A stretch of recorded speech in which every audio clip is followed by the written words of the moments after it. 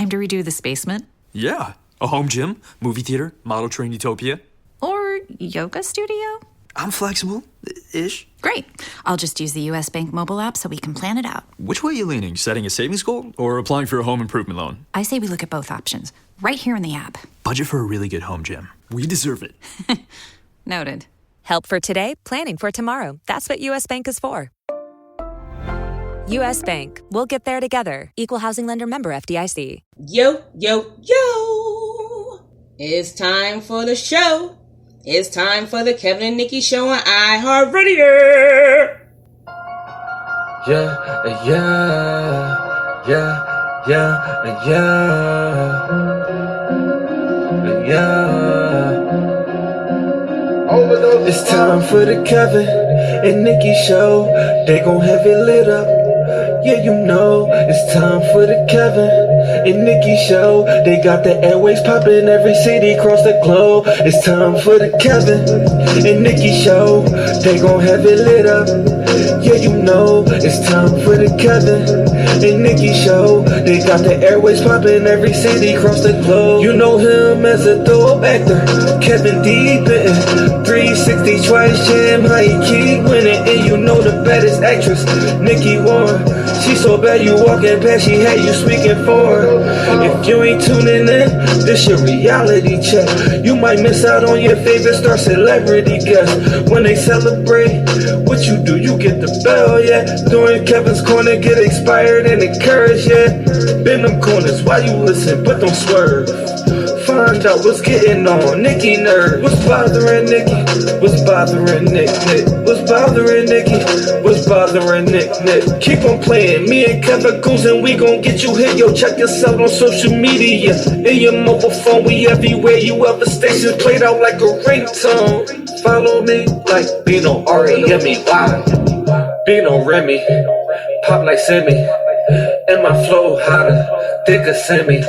Been doing this since I scraped up pennies. But back to the subject, Kevin Nikee.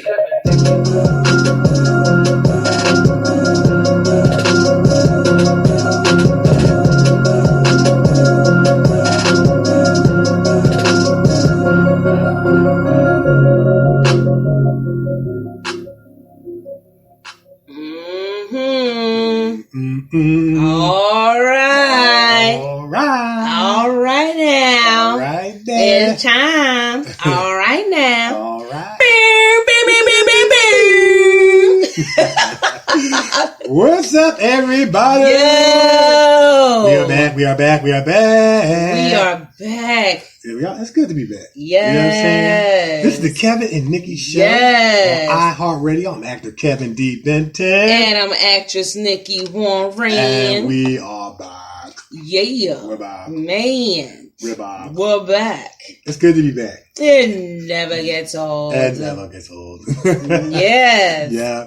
So what's up, everybody in radio listening land? Mm-hmm. We are excited to be back for another exciting, awesome show and Man, episode. I'm telling you. You know what I thought about that? What? This is what I thought about. What? Like we break our show is breaking barriers. Yeah. Not only are we Yeah. the first ever podcast radio show Okay. on iHeartRadio Yeah. that has an IMDb page. Come on, Pastor. But we are the first podcast radio show that been in operation Okay. since the end of 2017. You better talk about it. But we only got one season. You better talk. Come on now. Come on, people. Come on, people. What movie is that? That was a new edition. New edition. Come on, people. Come on, people. Come on, people. Come on, people. Huh? Won't he do it? Won't he do it? Yes. We have been in operation since the end of 2017. It's 2019. Yeah. And we only had one season. One season. And it's been hot like fire the whole entire time. But here's the thing, though. The reason why we only had one season, because we don't end. We don't end. It's like this is ongoing. We keep looping and looping. It's ongoing. This is every week. Huh? So, come on, people. So we only need one season. Listen. 2017, 18, 19, yes. and beyond. Yes. You know what I'm saying? That's it. We only got one season. Yes, you're going to make me do my thing. We got one long season because we don't stop. That's right. We're bringing you shows, Hot Like Fire. Hot Like Fire. Babies and Pacifiers. Babies and Pacifiers. Just like Cars and Tires. Yeah, we hot like fire. Yeah. We're going to keep bringing it to you. That's what we do. I just realized that. You just realized that? I just realized that. All right, you know what? Right. You get the bell. You get the bell. But that sends a message. Mm-hmm. You know what I'm saying? Mm-hmm. I mean, and I'm not knocking those that take seasons, take breaks, and then come back on, but we don't take breaks. We don't do that. Yeah, we don't take breaks. We don't do that. That's it. Yes. I love it. I love it. I love it. I'm a high. That's it. Yeah. So we always got a lot to talk about, a lot going on. Man. So with that said, it's now time for the many adventures of Kevin and Nikee. I'm going to wear this belt out the day. I'm going to wear this belt out. You know what? We forgot to mention last week that you got the cowbell. Yeah. Check this out, You got the cowbell. Listen Check it to out. this. Yeah. Yes, thanks to Mr. B, who is always in support of our show. Mr. B, you get the cowbell. Yes. I'm gonna tell you, love it. When he told me he was going to send something, I thought he was going to send me a clapper. Like that. Yeah. But it ended up being a cowbell. But we thankful. We thankful. It's all about the bell, you know what I'm saying? It's all about the bell. So Nick, you know what I mean? We're gonna start it off. We got announcements. Man, listen. Mark your calendars. It's upon us. In 3 days. It's upon us. It's coming out. It's coming out. Listen, I'm telling you right now, it's going to be awesome. Come on out. We're going to have an awesome time. I'm talking about the Philadelphia Podcast Society presents the 7th annual Philadelphia Podcast Festival from July 17th to the 28th. That's right. 2019, this year. And included in that is your favorite show, the Kevin and Nikee Show. Man. Oh, man. Man, I'm telling you. We're going to be broadcasting live. We're going to be broadcasting live from the studio. Colonial Penn Life Insurance Building on the 3rd floor, Indy Hall, room 360, Philadelphia, PA, 19181. That's 399 Market Street, Philadelphia, PA, 19181. This Saturday. Listen. This Saturday, July 20th at 1 p.m. 1 o'clock. Listen, there's plenty enough time for y'all to get up, eat your Wheaties with your Serena Williams on the box, okay? Mm-hmm. Get up, eat your Wheaties, and come on down and party with the Kevin and Nikee Show on iHeartRadio, broadcasting live at the Colonial Penn building. Tell them who we gonna have. I'm telling you, it's gonna be hot like fire. We got our celebrity roster include, but are not limited to. We got from the hit show HBO The Wire, Creed 1, Jason's Letter, Split, Black Lightning, actor, entrepreneur, Nakia Dillard. Yeah, he gonna be in the building. And we got TV radio personality, brother Marcus C. Smith will be in the building. Yes, and we got running for city council at large. Yes, she is a conscious creator and a youth advocate and community advocate. None other than Miss Charlie Hills will be in the building. She gonna be in the building, and it's gonna be sponsored by Urban Elite Beauty Shop. Yes. They will be in the building. And you never know who might stop through. We got our special musical guest. That's it. R&B soul artist Terry Rimson will be in the building. And you will get the chance to meet the awesome rapper MC who does our intro. It's time for the Kevin and Nikee Show. They gon' have it lit up. Yeah, you know. It's time for the Kevin and Nikee Show. They got the poppin' every Saturday. You know him. He's a dope Kevin. Listen. Well, he do it better than we do. But Bino Cobb, aka 936 Bino, will be in the building. And maybe, just maybe, we can ask him to give us a little bit. Okay. A little bit. He gonna do some songs. I know. Well, maybe we can get him to do just a little bit of the Kevin and Nikee show. Intro? Just a little bit. Just a little bit. I mean, you never know what'll happen when you never know what'll happen. And you know what I'm saying? Like I said, you never know who might stop through. And if you stop through and you do what you do, you will know Cash Flow will give you a shout out, and then you will go. Holler. You better. So yeah, come on out, guys, and it's gonna be fun. It's free. And it's gonna be a great event. Also, come out, network. You never know who you might run into, who you might meet, and things like that. Yes, come on out. That's the podcast. Also, don't forget to check out Old Head Season 3. Episode 2 is up on YouTube, Old Head channel. That they already premiered episode 1 about maybe 6 months ago. So episode 2 is keeping it moving. Continue to follow the story. You might want to catch up on episode season 1 and 2. Season 1 and 2 on YouTube. Catch it up so you can follow the storyline. It's a great story.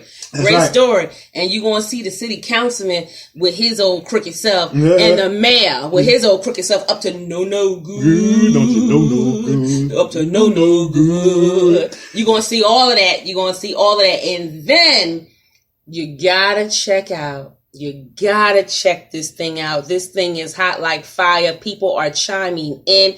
People are talking about it. I'm talking about the recession. Season 1, episode 1, 2, and 3 is already up there. And let me tell you, man, Maurice Paramore, Jessica J. Immanuel. Listen, Kevin D. Benton, y'all better stop playing. It's good. Go to the Recession web series YouTube channel and check it out. I'm telling you, you won't regret it. You won't regret it. It's a good, it's very good TV series going on, and you want to check it out. So, also for those that might have missed, look, it's still not too late to make your way down to the Franklin Institute to check out the Marvel exhibit. Now, I'm telling you, it's going to run. It has been running ever since April 13th. We'll go up to September 2nd.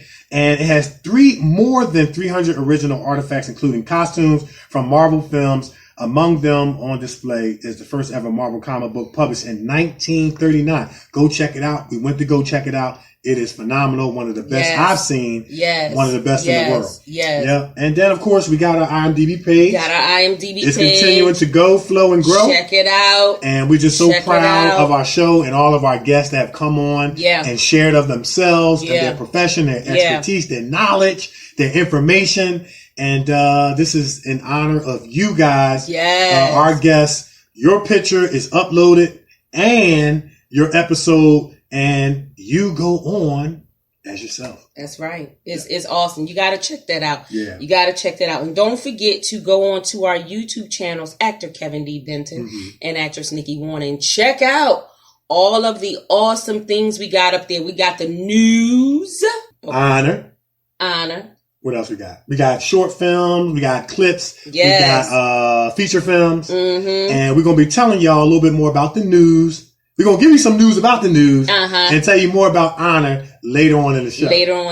Yeah. Go to our websites and check it out. YouTube. Look, we got stuff up there. Grow with us. Continue to go with us. Glow with us. All that stuff, man. Yes. Looking for it. So, I mean, look, Nick, let's just tell them where they can find us and some stuff. Go ahead. All right, so we got what? The Covington Witches? Covington Witches on Amazon Prime. What, season 1? Season 1, episode 1 and 2 is already up there. We get ready to go and film episode 3, so check that out. Listen, come see what happens when a bunch of witches get together. I'm sure there's going to be some spells. There's going to be some spells, some Black things cats, falling off that's not supposed to fall off. I got you. Come check that out. Also, check out Emergency Landing on Amazon Prime. You gotta check that out. That is awesome. It's going good. It's doing pretty good. It's doing good. It's doing pretty good. And then also check out Jason's Letter. It's rotating on Stars. On Stars Network. Yeah, we up in there, man. You're gonna want to see Jason's Letter. It's a good movie. Yes. Got Vivica Fox, Paul Anthony, Brian Hooks, Nakia Dillard, Brian A. Wilson. Man, it got a star-studded cast. And I hate calling names because you're going to leave somebody out. Somebody going to be left out. And you don't want to leave people out. Yeah. But, Quentin Aaron from The Blind Side. Yeah. Man, listen. Yeah, man. This guy, and shout out to Terrence Takeem who wrote and directed it, man. Check out Stars. It's looping on check out Jason's Letter. It's looping on Stars. Yep. You want to check that out. And then also, Mercy. Mercy. Yeah. Yeah, directed by the awesome and talented Damon Durrell. It's on Amazon Prime. Mercy is a good movie dealing with some social conscience issues that are going on in today's societies with African Americans and police and all kinds of things. And it got a lot of twists and turns in it. Yes, it does. And I'm telling you, I have received calls around the country about this movie, telling me how good it was and how good it was shot, written, and directed, and the acting was phenomenal. Check it out on Amazon Prime. And then Single and Anxious season number 3. Now I'm in season number 3. You're in season 3. Yeah, I'm in season 3. So y'all can check me out on that. Single and Anxious, man. There's a lot of grimy stuff going on. Well, it's always grimy stuff. Grimy. When you're filming. When I'm done. Now I played now check this out. I'm just playing. Now check it. I played a good character. I played a father figure. Okay. Yeah, I play a father figure who no, seriously. I play a father figure who has a bad kidney, who needs a kidney transplant. Yeah. I don't want to tell my daughter to protect her. Yeah. And once I do break the news to her, it's kind of heartbreaking stuff going on. So it's like some real dramatic conversation going on. Yeah. Single and Anxious season number 3. Then what else we got? Yeah, of course, the news, like you mentioned before, YouTube and Honor. And we're going to be telling y'all more about the news and Honor later on in the show. Yeah. And I'm just trying to make sure we don't leave nothing out. Because we got to let people know where to find us. Yeah. Where they can go see our stuff. Well, it's so much. And we got to start writing this stuff down. Yeah, we got to start writing it down. But here's the thing. We got more stuff coming. I'm telling you, we got stuff coming to some major networks. Major streaming venues, and we're gonna be telling y'all guys about that. Of course, because of the NDAs, we can't say anything. But we got a horror movie coming up. Yes, y'all gonna really love this horror movie. We got some stuff coming up. Yeah, and we went to 2 auditions over the weekend. Oh yeah, definitely. Man, and it was funny because the last audition that we went to, the funny thing about it is that when I walked in, I saw some people, playing basketball and different things like that. And, the role that I was going out for. So I kindly walked back up to the front, scratched that role off and went for the other role. So I'm sitting there, minding my business, waiting for my turn to go in. Kev went in first before me, and the woman comes out and she says, what are you reading for? And I told her, and she said, this is what I want you to do. I said, okay. She said, I want you to read this part right here. And lo and behold, it's the same part that I crossed off that I was not going to read for. And what did you learn from that experience? And when I got into the audition room and I had the part in my hand, she said, the director said, we're going to switch things up a little bit. I said, okay. She said, I want you to read for this part right here. And I looked in my hand and it was the exact same part. I was like, oh, wow. So what did you learn from that experience? I learned to just go with it. Just do it. Just go do it. And I'm gonna tell you because you thought you was going to have to play basketball. I thought I was going to have to play. Well, the coach. Oh, there was a coach role, right? Yeah, it was a coach. Okay, I thought I was going to have to play, and I was like, man, I'm not prepared. But remember, you told me you had a smooth jump shot. Remember, you was bragging on yourself. I do, but you know what. You was doing all that bragging. Now you was on to Malik Rose, remember? Doing all that bragging. First of all, I can play. I know you can play. Okay, and I can shoot. But I don't know what happened. I got cold feet. I got cold feet. And I didn't want to go out there and try and showcase and miss the shot and stuff like that. So I said, okay, I'm not going to do that.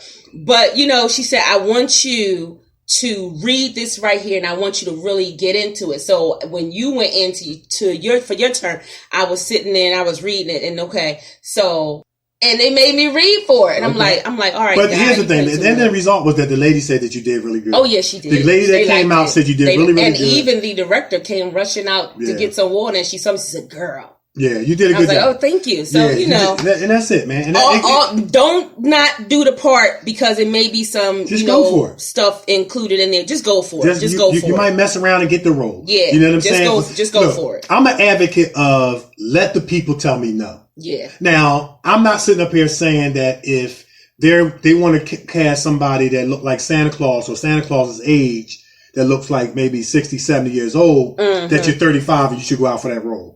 You know what I'm saying? But then in some cases, you never know.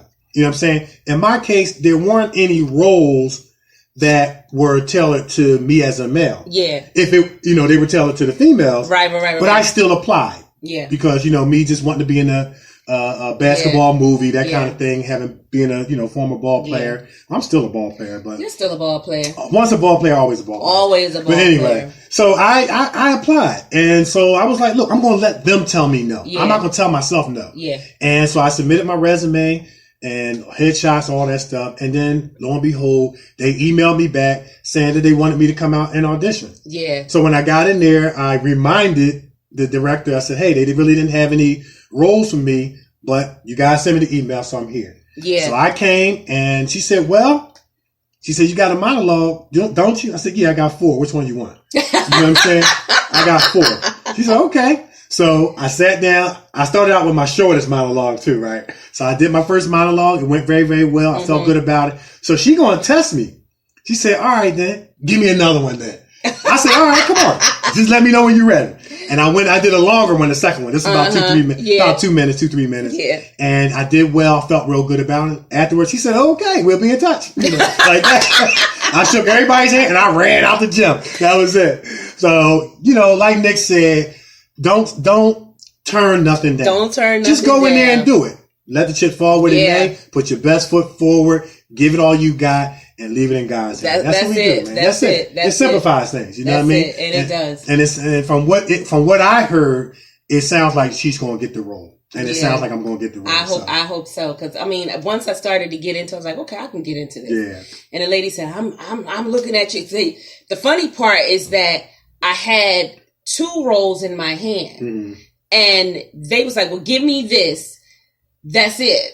They didn't even want me to read the other one because they were looking at me for they were focused on one role. And see, sometimes it's sometimes it's characteristics about you that they see that could be fitting for a role. And you're okay. This is like a woman empowerment movie. I can tell. Yeah. Because most of the roles are women, which I think is excellent. Yeah. And so you would make a perfect female coach because you have that personality. That where you're a go-getter, you're a front runner, you're the person that'll get out front and give directions. You see what I'm saying? Yeah. That's what a coach would do.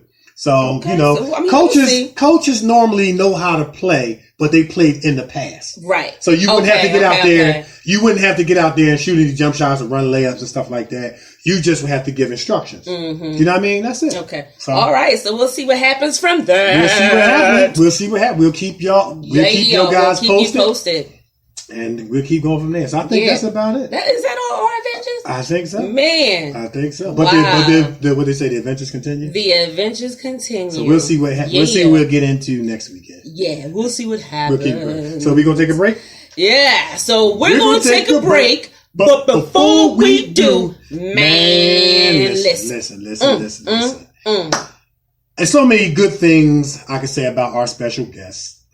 And, I'm just so proud of all our guests, but then there's certain guests that you kind of have a personal connection with. So it's a little extra there. Yes, it's a little extra. She's super talented. Is she though? Yeah, she's super talented. She's super gifted. Talented. Writer. I'm talented. Yes, I'm gifted. Go ahead, keep on. I don't know the rest. No, go ahead, keep on. I don't know the rest. Okay, I was going to let you go. Before I was rudely interrupted, I was going to let you go. Go ahead. So I'm going to rewind. Rewind. Let's go back. Go ahead. Man, listen. There's so many positive things I can say about our special guests. Mm-hmm. And I love all of our guests. Yes. But it's just some guests that have a personal connection, which makes it a little bit special. The extra. You know what I'm saying? Yes. She's super talented, man. Mm-hmm. She is a writer. She's a multi-award-winning writer, director, actress with a decorated resume. Listen. She's a cinematographer. Mm-hmm. And man, she catch angles like you be sitting up there like, damn. Yeah, you know what I mean? She catch those angles. She catch those angles. You know what I'm saying? Yeah. And man, she can bring it. Y'all gonna be real excited about hearing about her journey. And we don't want to tell who she is right now because we're going to take a break when we come back. Then we're going to tell you who she is. Yeah. And you're going to be glad to know. Listen. It's the Kevin and Nikee show on iHeartRadio. Yeah. You're on iHeartRadio. Mm-hmm. We all over the world. Yeah. We'll be right back. We fitting to bring her out. We're going to bring her out. We're going to bring her out. Woo! Woo! Bring 'em out, bring 'em out, bring 'em out, bring 'em out. It's hard to yell when the barrel's in your mouth. Come on. Bring 'em out, bring 'em out. Hey. Bring 'em out, bring 'em out. Bring 'em out, bring 'em out. Hey. Bring 'em out, bring 'em out. VIP coming live from the VIP. Heard the nightlife, lost life without me. Most feds in the state wanna see by me. The whole city got pissed, heard he got 3. That other rapper got a hit, but shouted he not out. Who set the city on fire soon as he got free? The king back now. Bros don't even know how to act now. Hit the club, strippers getting naked before I sat down. Still ballin', money stacked tall and shack now. Still push a button to let the roof on the lack down. I'm on the road doing shows, put my Mac down. Mississippi to Philly, Albuquerque to Chat Town. Got the crowd yelling, bring 'em out, bring 'em out. All my hot girls yelling, bring 'em out, bring 'em out. All the dope boys yelling, bring 'em out, bring 'em out. Front the back gate yelling, bring 'em out, bring 'em out. Yeah, what other southern rapper hooded than this? I got rich and I'm still in a hooligan clique. You be rapping by blow, I don't move in the brick. Talk about shooting out, now we're doing it quick. If I hit you in the face, you gon' be suing me quick. If I catch another case, I know it truly be missed. So I'ma keep a cool head, stay out of the news headlines, and show these other rappers it's bedtime. It's clear to see that I'm ahead of my time. I caught the chromed out, hard talk, career with a shine. I got some time, they ain't nothing, I get better with time. Who got a flow and a live show better than mine? I got a packed house yelling, bring 'em out, hey, all my hot girls yelling, bring 'em out, hey, all the dope boys yelling, bring 'em out, hey, front the back gate yelling, bring 'em out, hey, mic check, 1 2 1 2. You wanna beef with the king? What is you gon' do when you show up on the scene? 1 or 2 guns drew on you and your friend and play a little 2 on 2. If you do half of what I do, then you be hitting the deck. I got a tool and a vest, I can get some respect. I'ma make it hard for another sucker to flex. Show him this ain't a squad or a sucker to test. Pimp my too large and we way too fresh. Work well when they put the checker lane like a game of chess. You wanna be better, bring your best. Cause we be standing in your front yard yelling, bring 'em out, hey, all my hot girls yelling, bring 'em out, hey, all the dope boys yelling, bring 'em out, hey, front the back gate yelling, bring 'em out, hey, all the front yard yelling, bring 'em out, hey, all my hot girls yelling, bring 'em out, hey, all the dope boys yelling, bring 'em out, hey, front the back gate yelling, bring 'em out, hey, in the air, now, in the air, now,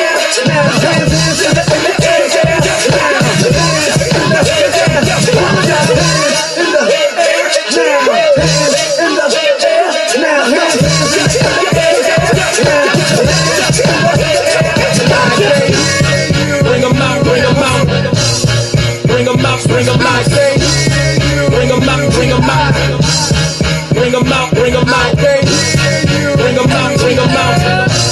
'em out, bring 'em out, bring 'em out, bring 'em out, bring 'em out, bring 'em out, bring 'em out. You just heard the sound of the king of the south. T.I. I go by the name of Swift Beats the Monster. Play this from the top. Bring 'em out, bring 'em out. Bring 'em out, bring 'em out. Bring 'em out, bring 'em out. Bring 'em out, bring 'em out.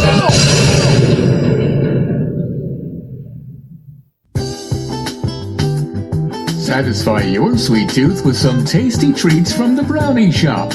Fudge cupcakes, sweet potato pie, freshly baked bread, homemade ice cream, creamy chocolatey brownies, and much, much more. Check out their full menu on Facebook Brownie Shop or Brownie Shop 2019 Instagram. Get your next dessert from the Brownie Shop. Your sweet tooth will love you for it. Urban Elite Beauty Shop is an online urban beauty supply store that serves both men and women in the urban communities. Our goal is to offer a wide range of beauty supplies at wholesale prices that encourage consumer feedback and building lasting relationships. We will leverage the exploding trend of male home beauty solutions, i.e. male units, balding solutions, and much, much more. Go to www.urbanelitebeautyshop.com today. Check out what the urban experience is all about. Yeah. I like the explosion at the end. That's drop the mic. That's drop the mic. Yo. Yeah. We about to bring our special guest out. Bring her out. Bring her out. Yeah. Bigger out. That's what's up. Yes. Listen, our special guest is a professional. She is an American multi-talented, multi-award-winning actress, director, writer, cinematographer, miscellaneous crew, model, musician, and even plays herself. She was born in Frankfurt, Germany. Wow.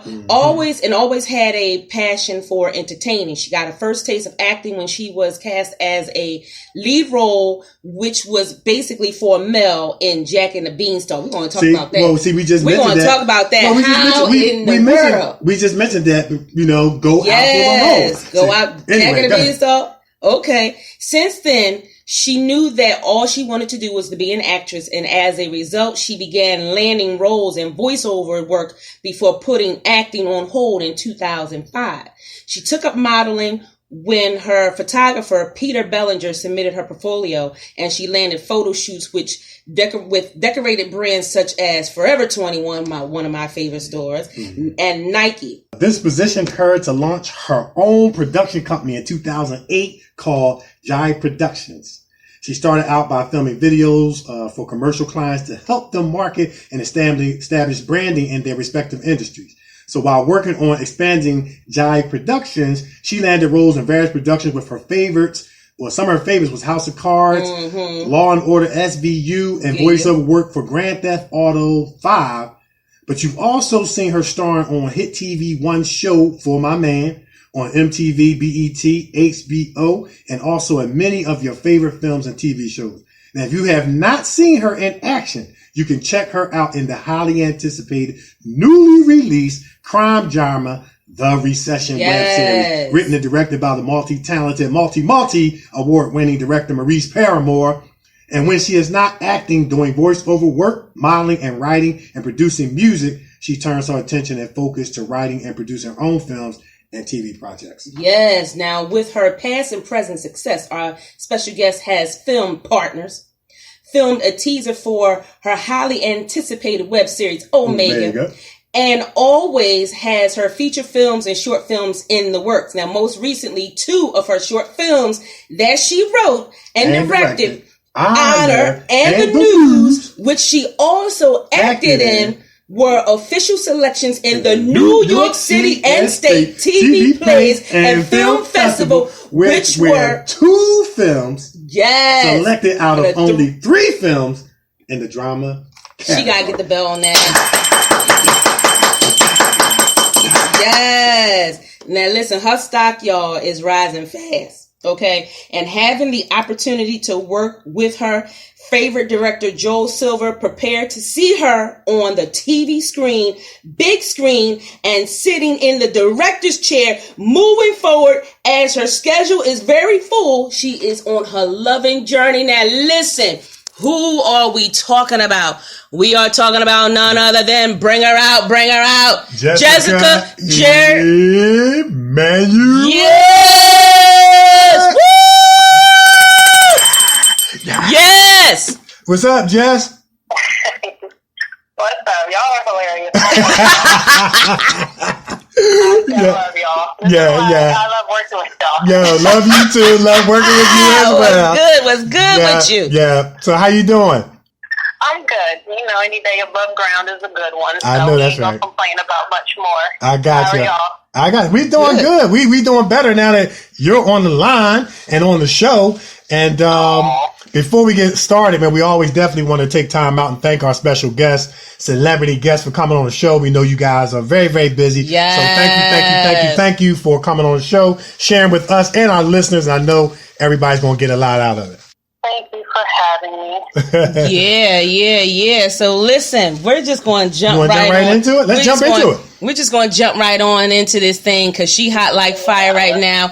And I know everybody want to know about this fire. So listen, I'm a fast forward a little bit. You got this hot show, The Recession. You know, it's hot like fire. Everybody's digging it. Tell our listeners a little bit about your character and how that character came to be. All right. Okay, cool. So I play Keisha Brown and Marie Kelly's session. And Keisha's a hothead. Keisha's someone, not to fool with. If you guys haven't seen it yet, go check it out. But she's someone not to fool with. Her guy went to prison and basically took over what he was doing. And typically when you're in that lifestyle, a lot of people tend to think, I'm just going to get in, get a little bit of money, get out. But then that power and that money overcomes. And, he wants to get out. She doesn't want him to get out. And it's going to her head. And I have no idea, how it happened, but I know I was introduced to Mo, an actor, Ron Dumas, who was already in the project. And he was like, Mo was looking for a lead to play, someone to play this lead role. And I'm like, okay. And it really started off as a joke. But I reached out to Marie. She sends me aside at 1 o'clock in the morning. I auditioned. I was going to do it 2 days later. Mm-hmm. And I read the sides and I was just like, wow, this girl is nuts. So I recorded my audition, sent it back from at 3:30 in the morning, and he offered me the role the next day. Nice, awesome.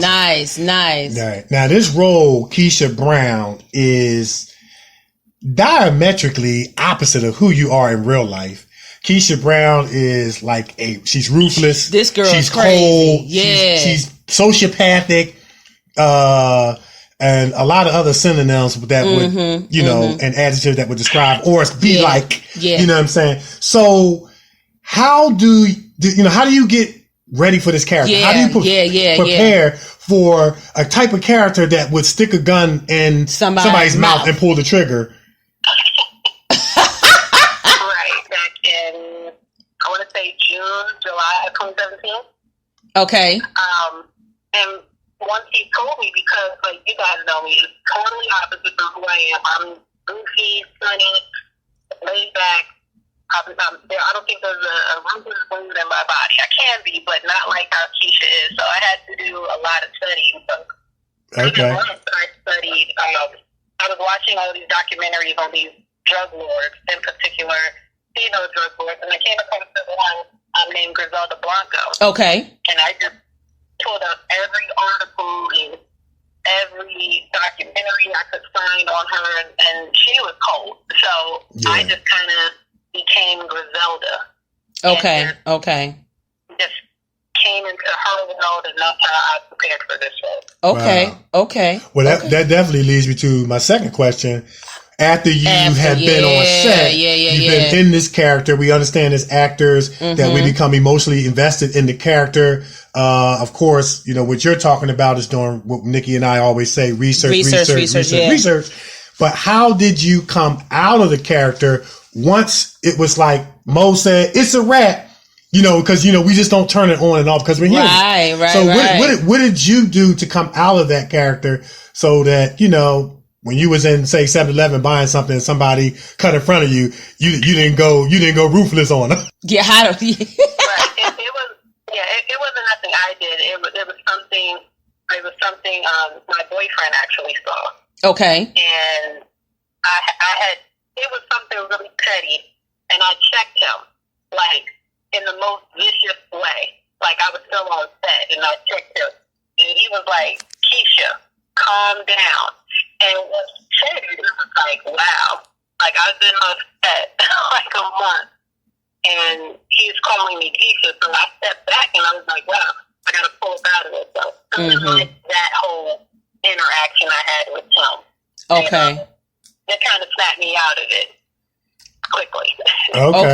Okay. So say if your boyfriend wasn't there and you're in this character, do you have a method, whether it's listening to music, taking a drive, taking a walk? Everybody have their various different, I guess I want to say techniques or things that they do to come out of playing that murderer or that rapist. Because, sometimes we play that character that you really have to, get into, and it can, and you can get engulfed in it. So I was just wondering, when you don't have that person to check you or, to be a soundboard, how do you get out of that character so that you get back to Jessica Immanuel, the multi-award winning actress, writer, director, and so much more?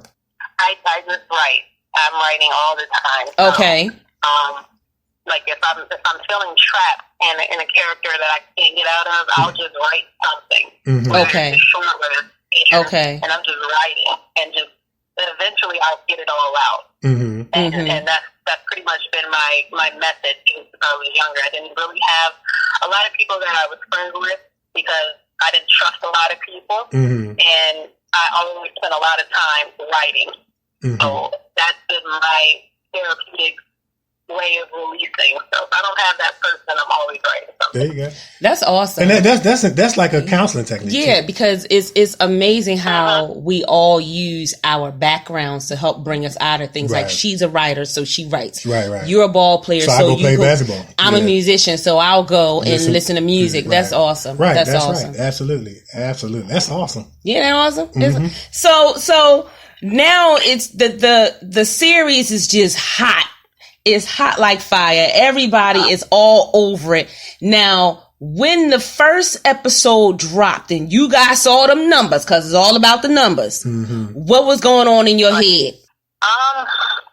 Kind of just kind of taken aback, honestly. Once a project's going to get released, like you said, it's all about numbers. You don't know you kind of have a number set in your head, and you just don't know if people are going to gravitate to it. You know the people that support you are going to watch it, but I didn't know the numbers are where they are very quickly. I didn't know it was going to read, as quickly as it did. So it's kind of just one of those things you look at, like every time I go and click and look at the numbers, I'm like, wow, like everyone likes this show. And even like typing it into YouTube, it was like once you start typing in the recession, it was all the way at the bottom. Now it's like third. You complete the whole the recession. So it's good to see that people are typing it in and start watching it. Okay, yeah, that's nice. That's nice. Yeah. But tell us how you really feel. Okay, tell us how you really. She just gave like that little cute, calm. that was the therapeutic. That cute, calm, therapeutic. Answer. But tell us how you really that feel. Was the DHS okay, answer. You know what I'm saying? She was like, but No, tell us how you really feel. That's how I really feel. She's sticking to it. She's sticking to it. She's sticking to her guns. Listen, when I saw them numbers, we was like, dude. Okay, when I saw them numbers, I was like, woo! Yeah. They gotta get the bow. Look at them numbers. Now, Jess, check this out. Come on now. It's okay to get excited about your stuff. We know okay. you're humble. We know you're okay. humble. Yeah. But yeah, and I wanted to ask you too, like you play a character that the audience would grow to love to hate. During the premiere, what was the audience reaction that you heard as they were watching your character without saying any curse words? If that applied. Okay. So hey, that's sort of the answer. Just sitting there, I had mixed reactions. I had some people, cheering for Keisha, wanted her to be the champion, and then I had other people that could not stand me and that were saying she needs to die. And then wow. Coming up to me saying, I need to be like Keisha. I love your character so much, and you did a fantastic job too. I want you so gone out of this series, but I don't want you gone soon because I still want to see you, but you gotta go. Like I wow. Like you said, Kevin, you did an interview where you said if you can make people feel, you did your job. So, whatever you feel like maybe for me, or you felt like you could relate to me or like me, I did what I was supposed to do. So. Nice. Like you always say, Kev, if you can make somebody feel, you did your job. Yeah, and they always remember you. And that, and that encompasses that you were very believable. I think where the difficulty comes in is when the audience gets so emotionally invested that they forget that you're creating a character and they're like rolling eyes at you on the red carpet and stuff like that. Though. So, Yes. Right. I was trying, they don't want to take a picture with you. Okay. Like, look, this is just a character, okay? This is not me. Look, calm down, all right? You're Jessica, so. Yeah. So, I want you to speak to this because I find this so interesting because, we know that Keisha Brown is not Jessica Immanuel. But they say in every character there's even if it's just a little bit of us in that character. So we know you're not a ruthless killer and all that stuff. She's one of the sweetest, nicest people you ever want to meet and work with. So we're going to put that out there for all you judgmental folk. But anyway, but I just want to know what part of Keisha Brown, even if it's just a teeny, eeny, wincy bit, is like Jessica Immanuel. Yeah. Keisha gets right to the point. She's a straight shooter. For me, I get right to the point. Like, if there are things that I may have an issue with, I don't have time to get around the bush. I just want to figure out there's an issue. What's the issue? How can we resolve it? How can we explore it? Bam. That's it. And that's how Keisha is too. Okay. She handles it in a totally different way, but it's still straight to the point. Okay. So it wasn't too hard getting into that aspect of Keisha. There was just everything else that I needed to study. Okay. That's all day. Awesome. So you guys a little similar then. In that respect, yeah. In that regard, exactly. Right, But okay. killer, stick a gun in your mouth, absolutely not. Okay. Okay. So you ain't putting no guns in people's mouths like Keisha, are you? Not yet. Yeah, not yet. I like that. That was a good answer. Yeah, not yet. That's what's up. That's what's up. Yeah. Yeah. So, you know, I know we kind of fast forward. We want to kind of rewind back. Yeah. Tell our listeners, like, how did you do so much? You have such a decorated resume. I mean, you've been in some really, really popular titles. Too many to list. But you know, you do cinematography, you're a writer, you're a director, you're an actress, you're multi-award winning. Like, how did you get started? What was that experience or event that says, bam, this is what I want to do? Was it Jack and the Beanstalk role, or was it playing around with your phone, recording things? Tell our listeners how you got started. Well, acting, like, growing up, I didn't even, like, acting was not on my radar. I actually wanted to be a SWAT officer. Like, nice. A police officer. And I know, totally different. So when I'm in school, they, you know, typically when you're in like elementary school, you got to do the play.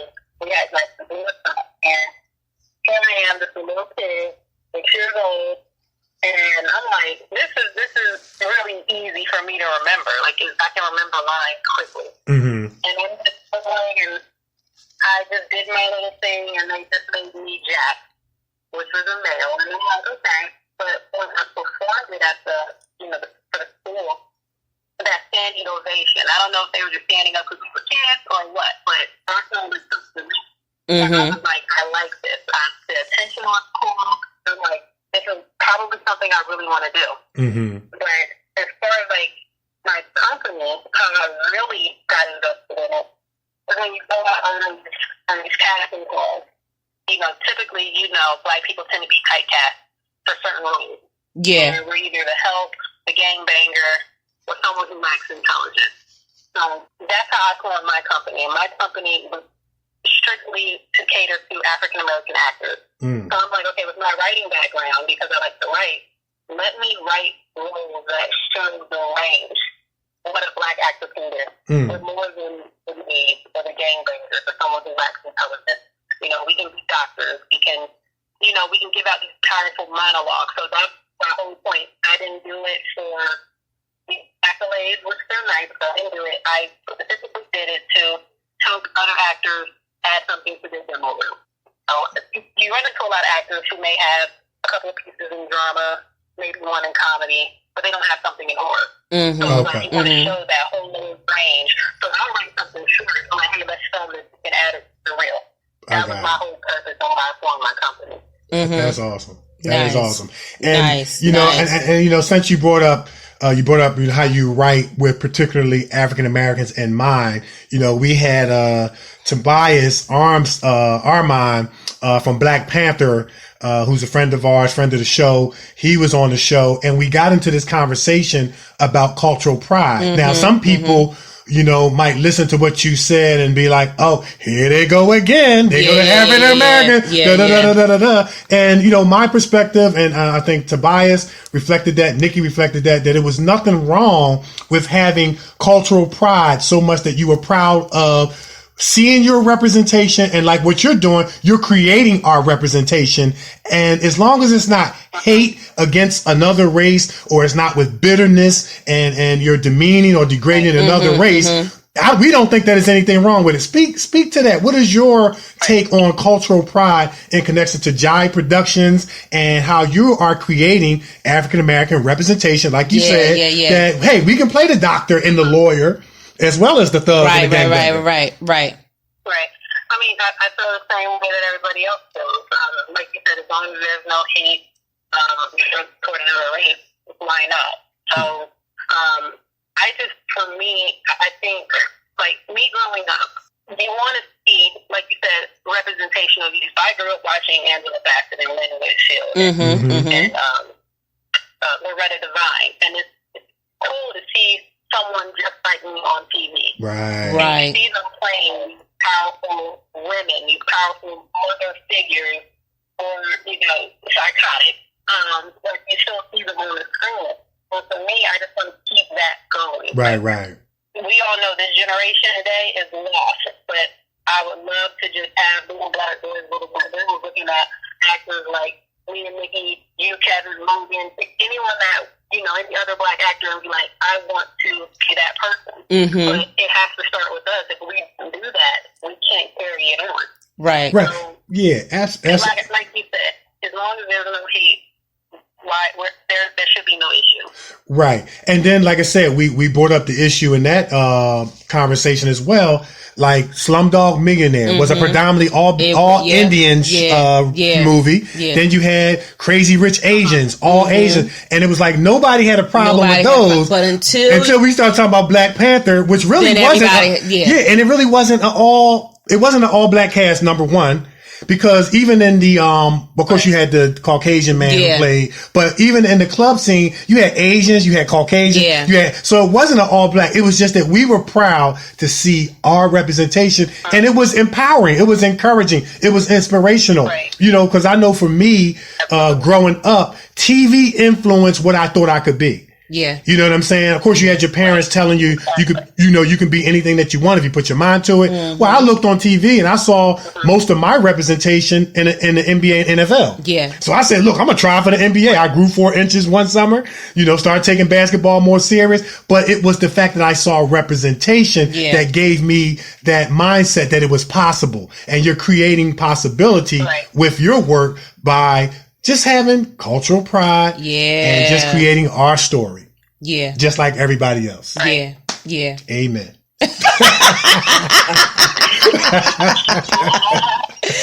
said, wow. Ain't he preaching? What? Yeah. Wow. Now you also wrote Omega. Omega, and you also are starring in Omega, and you're also directing Omega. I mean, you wear so many hats. Tell our listeners a little bit about that. Like, how are you able to keep everything together? God. I hear you. I don't know. I'm just so used to doing a lot of stuff on my own that, I mean, when you list everything, it does sound overwhelming, but to me, it's just second nature for me, if that makes sense. I don't even know how I could explain it. It's something I love to do. And I feel like if you love to do something, you'll never work, period. Because I don't see it as work. I just love to do it. So I get it done by any means necessary. If I got to wear all these hats to get it done, then I'm wearing all these hats to get it done. Yeah. And I got to add that part of getting it done is that she's willing to teach and show others on set how to do something. Because I remember when you guys had to do your scene, she taught and showed me how to film it. She taught and showed me how to do it.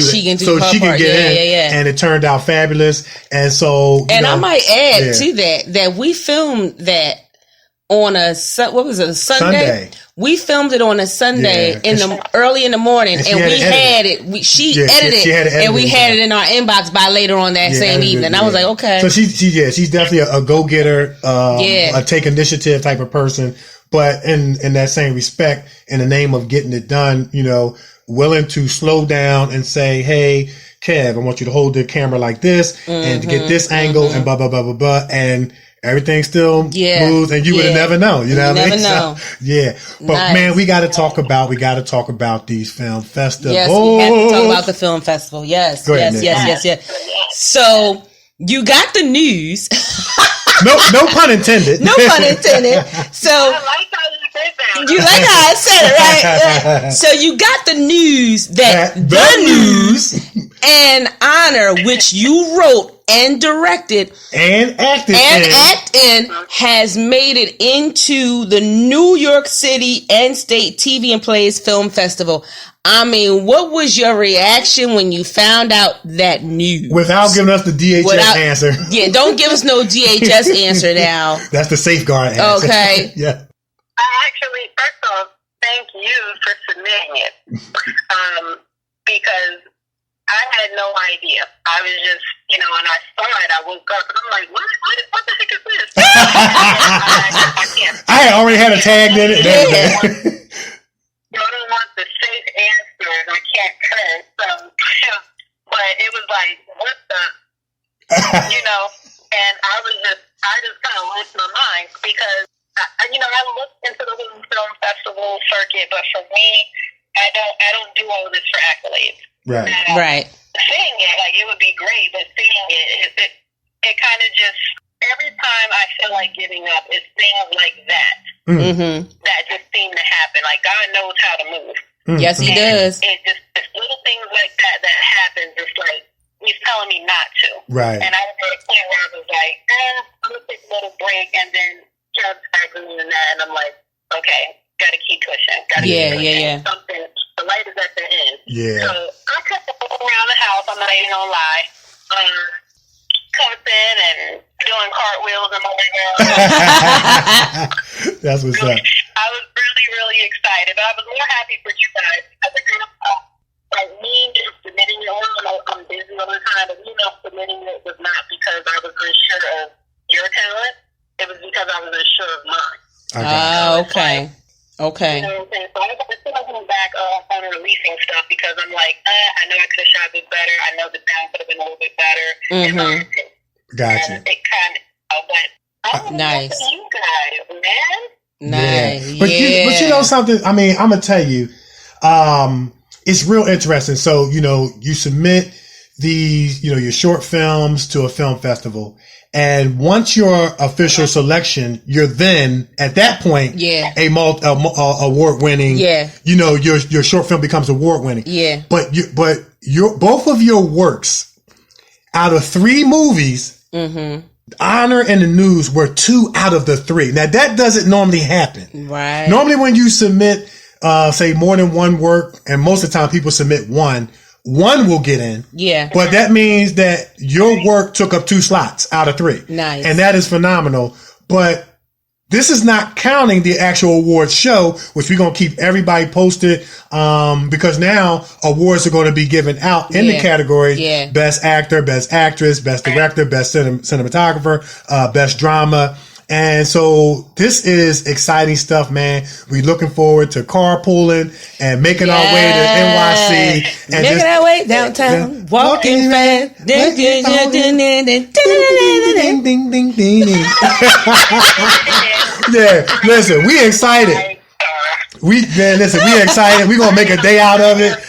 Yeah. Yes. Awesome. We are excited. I cannot wait. It's crazy because it's like we have a really, really big opportunity to come back with a lot of categories that we fit in. Yeah, absolutely. We have an opportunity for best writer, best drama, best cinematographer, best actor, best supporting actor, best actress, best supporting actress. Absolutely. It's overwhelming now that I just said it all. Right. Absolutely. I mean, I'm looking at it like 2 out of 3. We got some good eyes. Those some good eyes. Yeah. You know what I'm saying? They just some good eyes. Very much so. And we're so proud of you, proud of your work. Definitely an honor to work with you. We look forward to working with you. I see what you did there too. See, you guys put the plug with the news and honor. I like you guys. I like it. you hear me plugging? We plugging all day. Yes. We just so honored to work with you. We're so honored to work with you. We were so happy to get the news. You know what I'm saying? Look, we plugging, man. Listen, we trying to draw traffic to our, you know what I'm saying? That's it. We let people know where they can find it.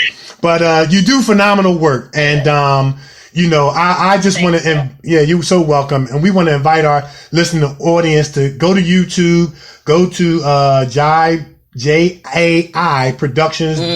right? Mm-hmm. And check out her work. It is phenomenal. Yes. Yeah, it is phenomenal. You got to check out the angles. The sound is awesome. She the gets editing, it all. She does it all. She does it all. Yeah. And one of the things that she had in her bio that we could have mentioned is that she's the jack of all trades. Mm-hmm. But you know how they say jack of all trades, master of none. Well, she's mastered a whole lot of this stuff. She sure has. And it's looking really, really good. So really much so that awards are rolling in. And so that should tell you something. And that should tell you a whole lot. Yeah. Nice, nice. So, what's next for Miss Jessica? What's next for Miss Jessica? I'm getting ready you guys know, we're getting ready to film Second Chance. Yeah. That's the project that I started writing. Kevin, you came in and you wrote the second half, and it's a project that, without giving, I actually don't want to give out anything just because, for people listening, Right. But I think it's a story that needs to be told. We're getting ready to shoot that, shooting that in a couple of weeks. And hopefully I'll have it ready spring of next year. Nice. All right, so that was the DHS answer again. Okay. Look, this movie is going to be one of a kind. It's going to be hot like fire. It's going to be hot like fire. Yeah. It's going to be one. It's going to be lit. There you go. See, we rubbing off on it. It's a lot of messages that need to be from all angles, and it's really going to be dope. It's starring Kevin and Nikee. Yeah. Favorite people to work with, and myself as well. Another guy named Logan, who's another talented actor. Logan Jenkins. It's going to be phenomenal. Yeah. So I'm really looking forward to it. I've been sitting on it for a while. Kevin's been nudging at me, so I'm ready. Yes. So the trailer's going to drop. Soon. Awesome. I think in about a month and a half. Uh-huh. Okay. That's it. I'm going to tell you, our listeners going to be looking forward to this. And can we at least say that it's a basketball movie? Or at least has a basketball theme to it? It has a basketball. Okay, so it has a basketball theme to it.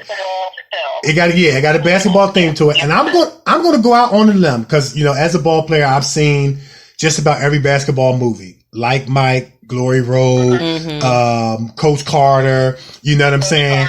Yeah, we've seen them all. He got game, she got game, they got game. We done seen them all, right? We have some characteristics and elements in this game. It's going to be like the first of its kind. Nice. And I'm going to leave it at that. Nice. And I mean, it's going to be the first of its kind. Nice. It's going to be the first of its kind. Man, I tell you, I can't wait to get started. Yeah, absolutely. It's going to be awesome. Yeah. Well, Miss Jessica J. Immanuel, you have been a phenomenal guest, and you are a phenomenal friend and writer and director, cinematographer, actress, model. We definitely had to bring you back to talk about the modeling stuff, the Nike and all that stuff. So we had to make this a part two. We definitely had to make this a part two. All of that, because when she got her deal with Nike, she put that poster up and she was jumping with them sneakers on. I said, "Look at this!" Yeah. Yes, that was awesome. That was a good photo too. That was a good photo. It sure was. But so thank you so much for coming on the show. If someone out there wants, you know you're welcome. You already know. And so we like to give our guests the opportunity to put your social media out there. People want to follow you. They want to keep up with you. Put your websites out there and things like that, and how people can check out your work. We've already been telling them, but we want you to go out there and take that time to put it out there. All right. So everyone can follow me on Instagram at JAIJANAY. And then you can follow me on Facebook, Jessica J. Immanuel. And then my website is jproductionsfilm.us. That's it. And check out her IMDb page. Jessica J. Immanuel, very decorated. IMDb. That's it. She got it's like she's been in some major titles. Mm-hmm. Yeah, awesome. Yes. Well, look, we're so proud of you, man. Keep doing what you're doing. We're looking forward to getting back on set, filming Second Chance, and if it goes well, we'll film Third Chance and Fourth Chance. You know what? You know what I'm saying? I like it. Let's keep the festivals rolling. Awesome. Yes. Yeah. Thank you so much for coming on our show. Yeah. Thank you, my dear. All right. Talk to you soon. Take care. All right, you too. All right. Bye. Man, isn't she awesome? Man, she awesome. Awesome. She's so awesome. That's why she's so calm. That's how awesome she don't want nobody to know she's so awesome. Yeah, she is awesome. She's very humble. Yeah. She's very humble. You can hear it. You know, and it's so interesting, like, you know, to be so talented, it was very, very, I want to say thought-provoking. When she, you know, to be so talented, we know how talented she is. We know all the things that she does. We know, how good her work is. Yeah. To say, you know what, I don't know if I want to submit this because I don't know if, not because of us, but because of me. And so I think that, you know, it was like a great thing in the case of timing for these film festivals to come to reinforce, like, hey, you do good work. You know what I'm saying? Yeah. But sometimes it takes somebody else to see the worth and value in what you do to make you say, hey, maybe I can do this. Yeah. You know? And that's why it's good. That's why we have a responsibility to encourage one another. But here's why people don't. Because they don't want you to see in yourself what they see in you and don't want you to see because they think that you're going to run with it and go with it and glow with it and become with it. You know what I mean? Yeah. And it's funny because she said she wasn't even on her radar. She wanted to be SWAT. I got you. I can see that. I didn't have acting on my radar. You know what I'm saying? I didn't have acting on my radar either. I wanted to be the next Sheila E. I wanted to play in the NBA. Yeah, I wanted to be the next Sheila E. And then the house burned down, so that went that passion. But that was the end of that passion. You know, that was the end of that. Everything went up in flames. It was just really, really great. She's such a humble person. Yeah, very, very talented. It's awesome to see people so talented, and just so humble. That means they have the right perspective of this thing to a great degree.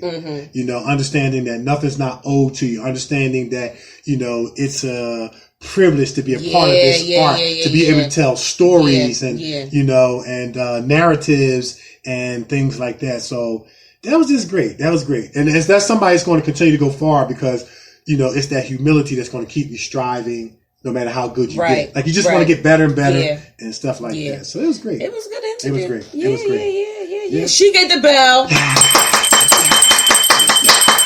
She get the bell. Yes. That was good. Ooh, that was good. That was good stuff. All right. Woo, man, she had a very, very extensive resume. You know what I'm saying? You know, writing, directing, acting. Yeah. You know. She's been in, like we said, For My Man, Copycat Killers.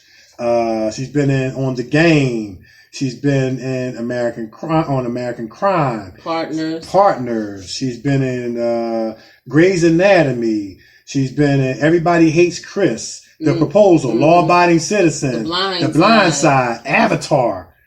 You know what I'm saying? She's been in some dope titles. You know what I mean? And she's grinding, and then she's writing and directing. Her own stuff, and she's got. This is not including scripts she has sitting, waiting to be.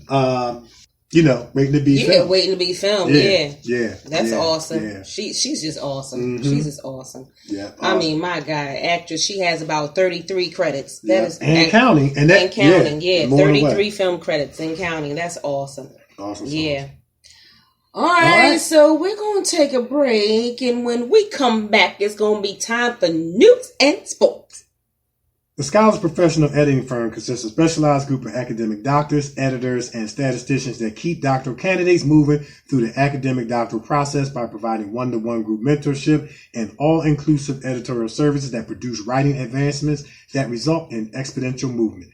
The scholars conduct line-by-line editing, proof and copy editing, university-specific format, compliance, and substantive done-for-you service on the following documents: doctoral thesis, dissertations, capstone projects, research studies, research proposals, and oral defense preparations and presentations. The Scholars Professional Editing Group. Keep you moving. For information on editorial services or doctoral accelerated mentorship program, visit www.thescholarsedititing.com. That's www.thescholarsedititing.com or contact Dr. Haynes at 281-315-6053. All right. And we're back. Back off of that awesome interview with Jessica J. Immanuel. She was doing cartwheels when she got the news. Yeah. I was She was doing cartwheels when she got the news. Yeah, she get the bell again.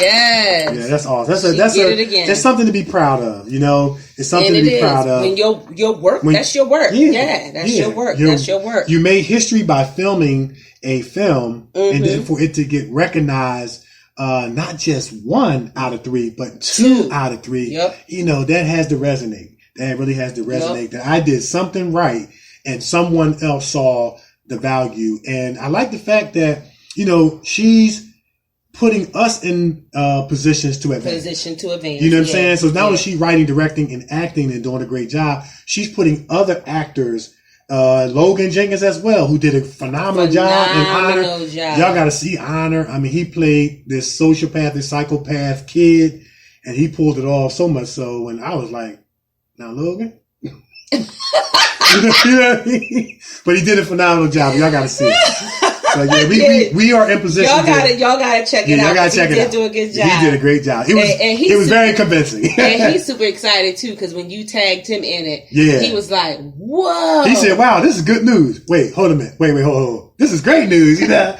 So we all excited, man, and we should be, you know, because we like the film festival. They're rewarding artists who are as the blurb says, who are putting blood, sweat, and tears into what they're doing, and this is what we do, man. We love it. So we're looking forward to going to NYC. Yes. And then after the festival, we got to head to that Chinese store to get them chicken wings. Yes. Man, chicken wings and ginger ale, man. Yes, we're looking forward to going to NYC and rag it up. Rag it up. Yeah, it's going to be fun. It's going to be awesome. All right. So we got so now it's time for news and sports. All right, so in sports, sound like it's gonna be good. Just want to somberly, in a somber way, report that Philly legend Louis Lloyd, his homegoing was celebrated this past weekend. So there was a long line of people outside Vine Memorial Baptist Church at 56th Street and Girard Avenue who came to pay their final respects to Philadelphia basketball legend Louis Lloyd on Saturday morning. Lloyd, who starred at Overbrook High School, New Mexico Military Institute, Drake University, and the NBA, had a huge homegoing service that attracted fans, former players, and people from around the city. Lloyd was a sensational basketball player. He was really smooth on the court. He played the game in kind of with style and grace. He could score 20 points without hardly breaking a sweat. So as a scholastic standout, he played during a great era for high school basketball in the city. In the 1977 era, he was named first team All-Public. Lloyd averaged 21.6 points a game that year. On the All-Public League team were some fantastic players such as Gene Banks, of course, who started at Duke and played in the NBA, Darryl Warwick, and Clarence Aggie Tillman, who was an All-American from West Philadelphia High School, and Jeffrey Clark from Frankfurt. Clark, a terrific player at Frankfurt who later starred at St. Joe's University, came to the service. He remembers how great a basketball player Louis Lloyd was during his high school years. He said, "I'm just glad to be a part of Lou's life," said Clark, who is now one of the top college basketball officials in the country.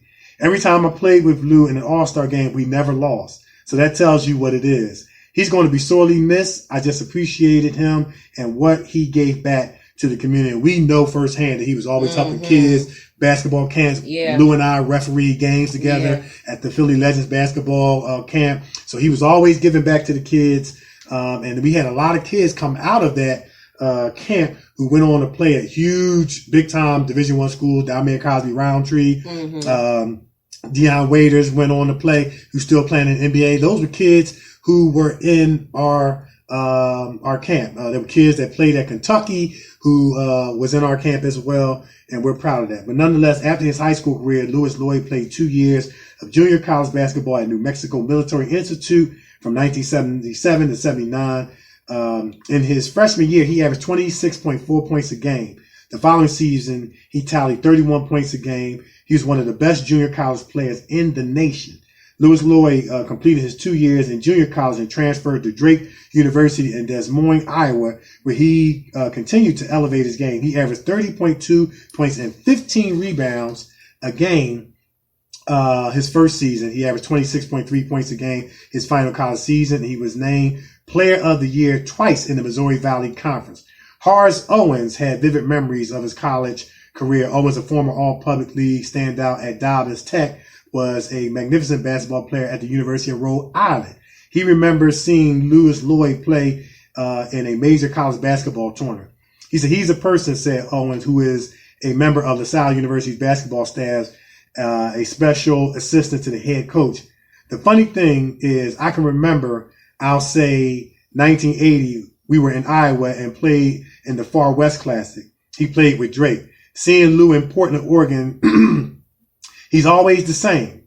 It was the who's who. Utah was loaded. Arizona State was loaded. And I told them the best player just walked in, and that was Louis Lloyd. Utah was ranked 10th in the country that had Pace Mannion and Tom Chambers, NBA legend. And Lou gave them a soft 45 points and beat the number 10 team in the country. In 1981, Louis Lloyd was a 4th-round pick of the Golden State Warriors. He played with the Warriors from 1981 to 83. He had his best NBA season playing for the Houston Rockets from 1983 to 87. In 1984, he averaged 17.8 points a game. However, Louis Lloyd helped the Rockets get to the NBA Finals during that 1985-86 season against the Celtics. So the Houston team had NBA legends Hakeem Olajuwon and Ralph Sampson, a.k.a. the Twin Towers. And during the summer months, Lloyd stayed in the top condition by playing in the Charles Baker League. He said, we played on the same Baker League team, said Gordy Byron, former Virginia Tech star who played in the Baker League. We played for Vic Snyder Plumbing. We won a few games down there at Temple's McGonigal Hall. I was a shooter. Lou was a distributor, but somehow he always got 40 no matter what.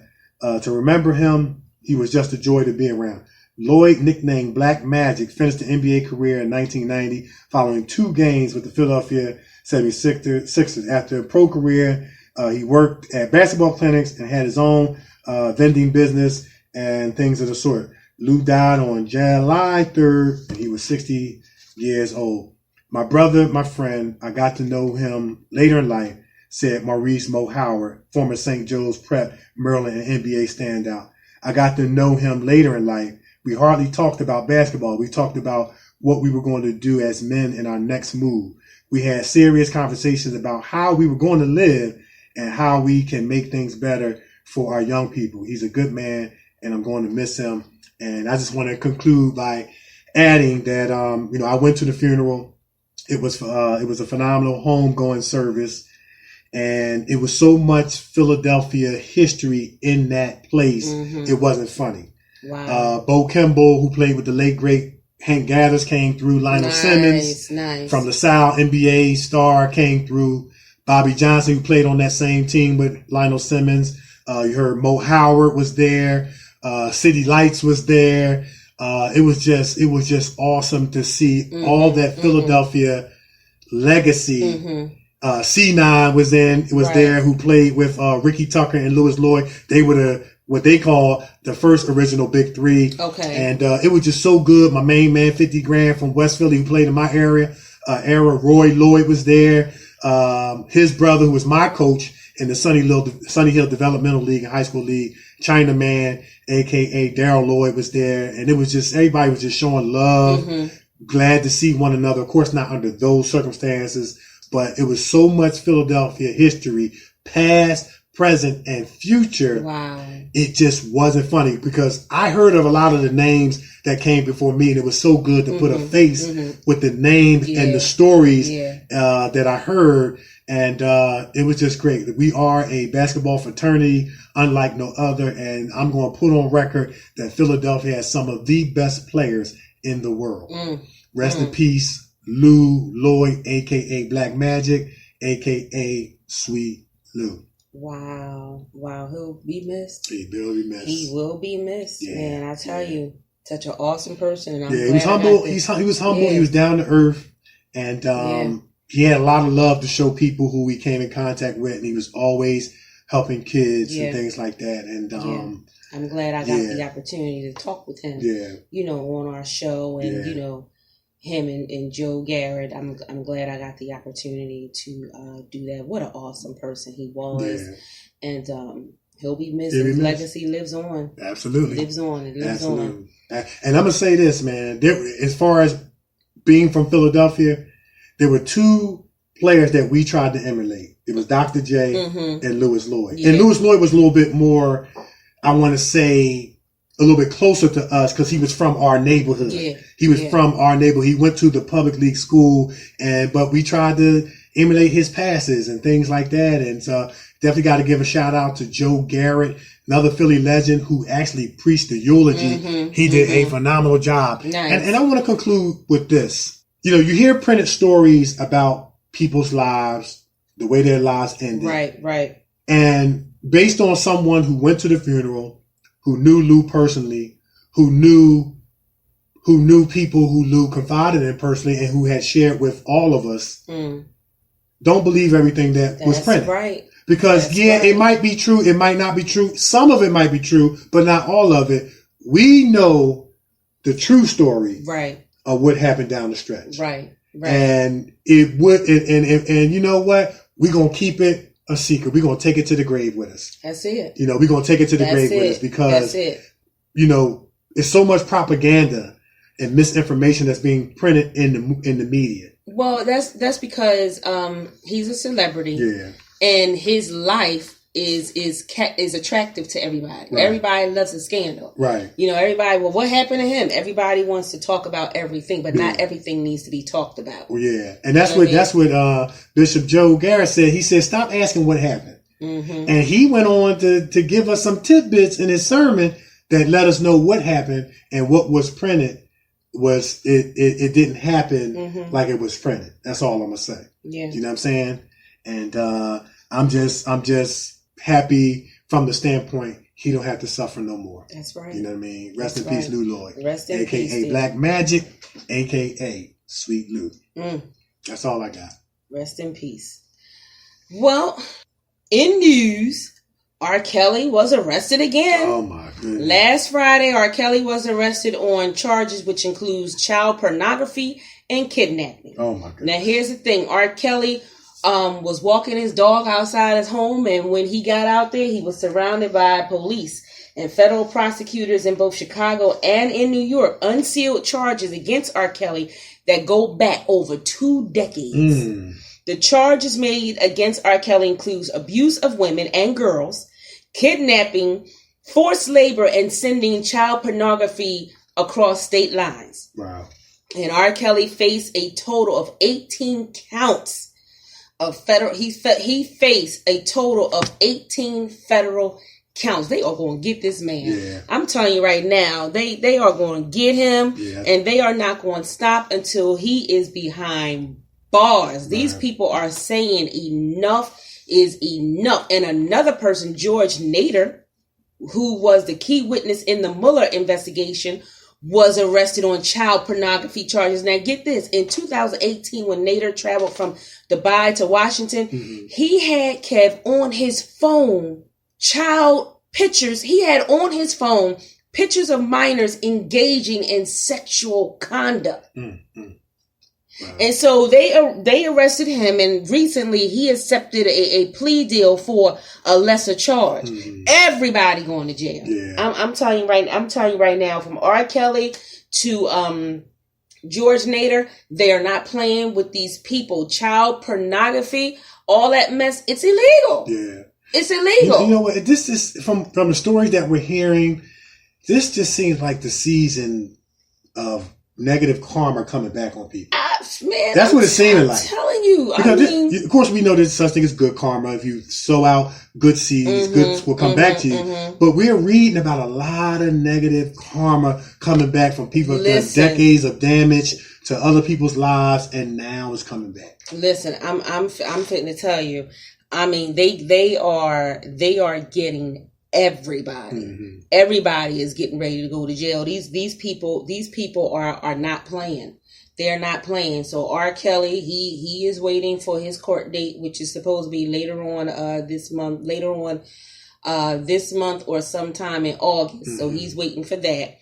And his lawyer, man, I tell you, here's the thing. I don't know how hard it is for you to represent somebody who you know is guilty. You know is wrong. Yeah. See, and that was one of the reasons why I didn't want to be a lawyer. Because I thought that I wanted to be a lawyer when I first started out. Watching the TV shows and all that stuff.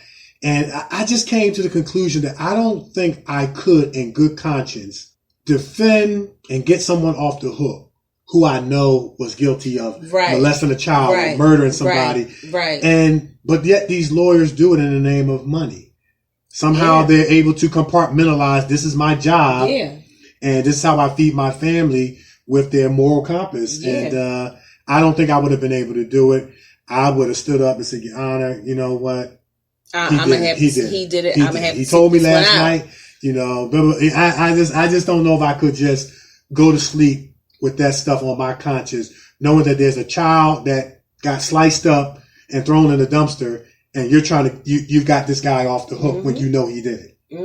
Because we know criminal-minded people, their main concern is about beating charges, not changing. Beating the charge. I mean, it's just crazy. That's all I got in news, but it's just crazy. Yeah.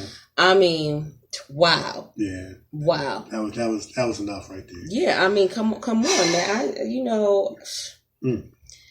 I couldn't be a lawyer either. I couldn't be a lawyer either. In trying to defend these people who I know, did it, not have to stand up there and try and get them off. Yeah, get them off. And try to get them off on a technicality or a flaw that you find in the system or in the evidence and all this sort of stuff. Look, we wasting tax people's dollars. Like you always say, they got you on film, pulling the trigger, doing what you did. Let's skip that stage. And it is what it is. You know what I mean? I couldn't do it either, Nick. I don't blame you. Yeah, I couldn't do it. But anyway. That's it. We're going to take a break.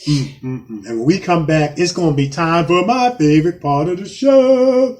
We're going to find out what's bothering Nikee. It's the Kevin and Nikee Show on iHeartRadio. We're on iHeartRadio and all over the world. You just don't know what you do to me. Give me all the chicken heads from Pasadena to Medina. Bet big, get in between your dens. Get the prognosis, doses, blends and bends like Twizzlers. Biggest fitting to hurt, what's under that skirt? So that's something to kill him. Who filling them with octane? Got them gassed up, about to get blasted up, son. The last one word the mother, brother miss him. I seen him when he kissed him at the wake. Made his body shit. The high guy in 850 eyes, smoke tint, rap terror, full chrome and terror. Street 5 by deliverance, the fifth is conspicuous. Bad boy slipped in 95, ridiculous. Right. My rap lines is like landmines. One step, kaboom, black suits fill the room. To whom it may concern, Junior Mafia is the clique. Act up, I have my homies total busting. That's right. In the middle of the day now, baby, I seem to think of only you.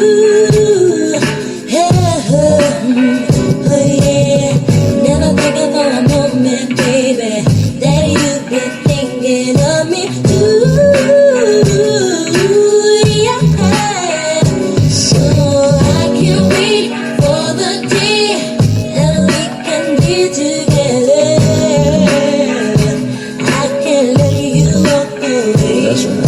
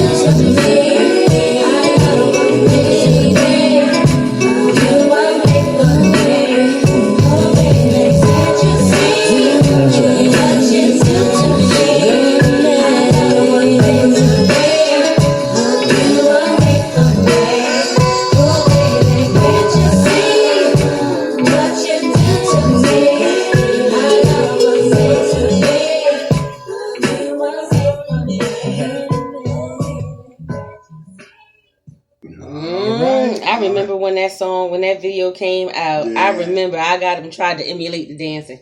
Yeah, because I just knew I was going to be with. I just knew that I was going to work with Puff Daddy. I got you. Playing drums. I got you.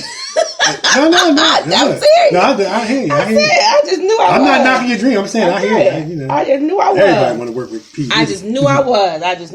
Everybody wanted to work with P. Diddy. Yeah. Everybody. Yeah. Awesome. All right. Yeah, all right. So now it's time for my favorite part of the show. It's time to find out what's bothering Nikee. What's bothering you, Nick? Man, you know what?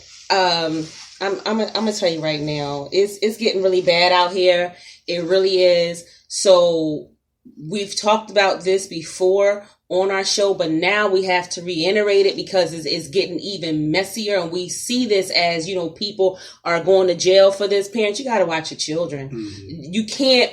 You can't no longer walk ahead of them and let the kid walk behind you and you go, come on, boo boo. No, you can't do that anymore. Mm-hmm. You have to watch your children. Now you got to figure out what you want to do. You either want to watch your children or you want to watch them be lowered in the grave. Mm-hmm. You got to figure out which one you want, because people out here are snatching your children and now they are getting ruthless with it. And women are snatching kids too. Mm-hmm. They had a report. It was reported on the news about a week ago. This couple were walking through the airport. I guess they were coming back. You can see them with their luggage and different things. And the father was pushing the baby in a stroller, mm-hmm. right? And the mother was holding another baby, and she was holding one of the babies in her arm, and she had her other son. She was holding his hand. Now the father was like, I would say he was walking in front of them, but the mother with the other two kids was walking in back. And you know, this woman came up mm-hmm. and tried to snatch that baby out of her arms. Mm-hmm. And the woman started screaming.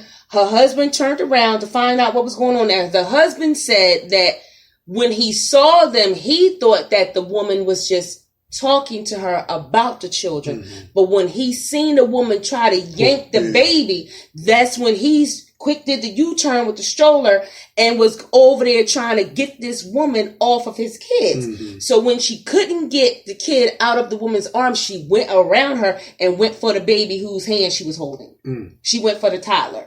And they made such a ruckus in the airport that the guards came over and wrestled the lady to the ground. The lady somehow got away from the police officers and darted back, Kev, over to the woman to try and snatch her kids. Mm. Wow. Isn't that crazy? Yeah. There's a lot, like I said, there's a lot going on. There's a lot of mental illness out here. That type of behavior appears to be mental illness. Yes. As we say in psychology, we're going to infer that it's mental illness, and it's just it's just scary out here because what does mental illness look like out on the outside? You really can't tell because a sociopath knows how to speak the jargon, behave in certain ways to blend in, and you just never know until they do an action. Right. You know what I mean? Then you can infer what their thinking was by way of what their behavior showed you.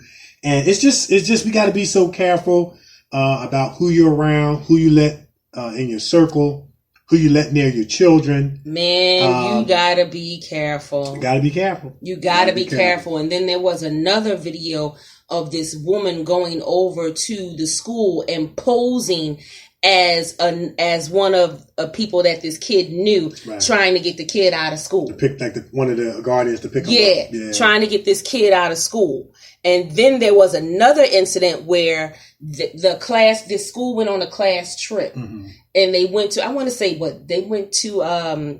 is that? One of those places where you take the kids, Disney, not Disney, but, so I want to say something like Dorney Park. Okay. And the kids were in the kids section, and the kids were coming down on the water slide and everything. And this woman came over and tried to literally get this kid out of the pool. Yeah. And so the girl if it was not for that little girl who did not recognize the woman, that woman would have took off with that boy. And this, So she told her, she said, no, he has to stay over here. Yeah. And so the woman said, no, he has to come with me. And the little girl said, no, he has to stay here. And the little girl started screaming for one of the teachers. Yeah.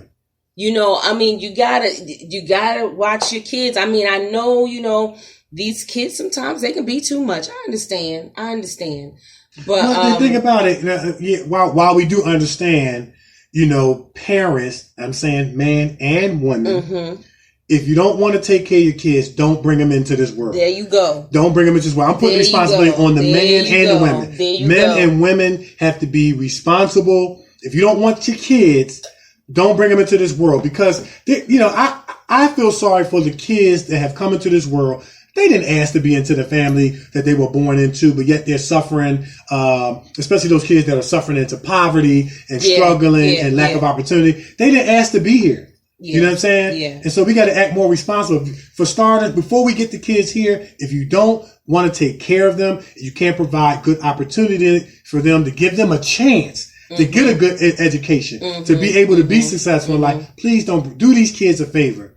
Don't bring them into this suffering. Yeah. Don't bring them into this crazy, wicked, evil, perverse world where they're behind the 8 ball coming in the door. Yeah. Yeah. I'm gonna post this video up in our show. Friend to the show, Pat Barlston White, she shared a video with me of how it is becoming okay to have sex with children. Now, when did this start? That's what I'm saying. When did this start happening? Yeah. When was this acceptable? Exactly. She sent me a video. I'm going to post the video because the video is about an organization that is trying to stop it. Okay. Okay. And the caption of the video says it's now becoming okay, or the new norm or whatever, to have sex with children. Yeah. It's getting out of control. It's getting out of control. And like I said, listen, parents, get your kids. I'm going to make a statement that I believe that is going to be true eventually. I might not live to see it. I might live to see it. Because you're watching the decline of the direction that we're going. Now it's starting to be safe to have sex with kids, right? After a while, it's going to start being okay to have sex with animals. I wouldn't be surprised if it's coming. That's nasty. I wouldn't be surprised with it. It's going to be, they're going to make it okay. They're going to make it a norm you know what? And it might already be here. Yeah. But you could tell that it's heading in that direction. Please get involved. I mean, it's a mess. It's a mess. People are walking up to you, talking to you, and trying to make off with your kids. I mean, we got to, I mean, this stuff makes my head hurt because every time I turn around, another kid is on the verge of being snatched. Another kid has been snatched. Right. You know, another person is going to jail for child pornography. Yeah. I mean, what is the deal? Right. And, you know, and I'm not here to promote irresponsible sexual activity or behavior, but for adults to engage in child pornography and all that stuff, it's too many loose folks out here that would love to have sex, swinging, and all that stuff that you could connect with, other than taking advantage of a defenseless kid. Yep. And like I said, I'm not promoting irresponsible sexual behavior or deviant sexual behavior or anything like that. But I'm just saying, it's just a lot of people out here that would love to engage in that kind of behavior. Join one of them clubs. That's right. That's right. Messing, scarring kids for life. You know, they got a lifelong battle in therapy trying to overcome this stuff. You know, it's just out of control. It's out of control. And, you know, we got to speak up. We got to stand up. We got to take our communities back. You know what I'm saying? Yeah. And shout out to Taraji P. Henson, who is going down to Congress and bringing awareness to mental illness. And she was in tears like, y'all got to do something about this. You know, no, we're not here to discriminate or target and things like that, but we have to bring awareness and we have to put preventative measures in place. Yeah. It's just it's crazy. It's crazy. That's all I got. That's all. That's it. Yeah. Parents, please watch your children. Watch your children before somebody else get your kid, and then you will be lowering your kid in the grave. Please, please watch your children. I am begging you. I am begging you, please watch your children. Like Kev said, if you don't want the responsibility, don't have them. Even Michael Jackson said, if you can't feed your baby, then don't have the baby. Right. You know, in his song, Wanna Be Starting Something, he said that. If you can't feed your baby, then don't have the baby. That's what he said. Right. Come on. You gotta do better. You gotta, come on, watch your kids. Watch your kids or watch somebody else with your kid, and then you'll be lowering your kid in the grave. That's it. That's all I got. That was enough. That's it. Yeah, that was it right there, man. That's it. All right, so we're going to take a break. And when we come back, it's going to be time for my favorite part of the show, Kevin's Corner. When we come back, it's the Kevin and Nikee Show on iHeartRadio. We're everywhere, and we'll be back.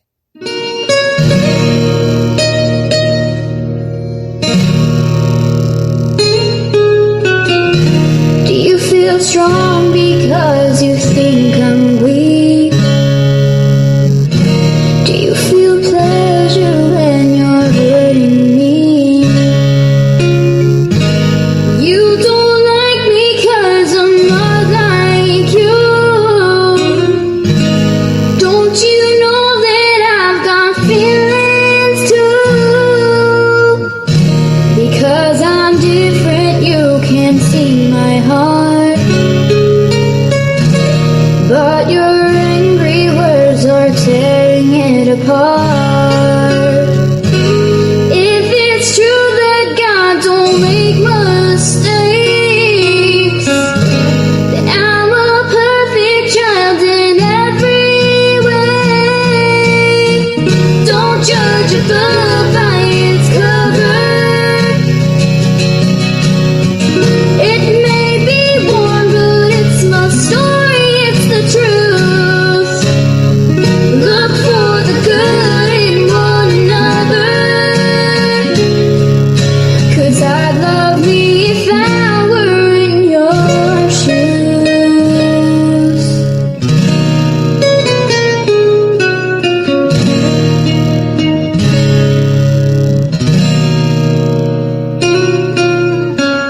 What makes us different is not very real. How you think I love dictates how I feel. But I won't hide no more, I won't back down.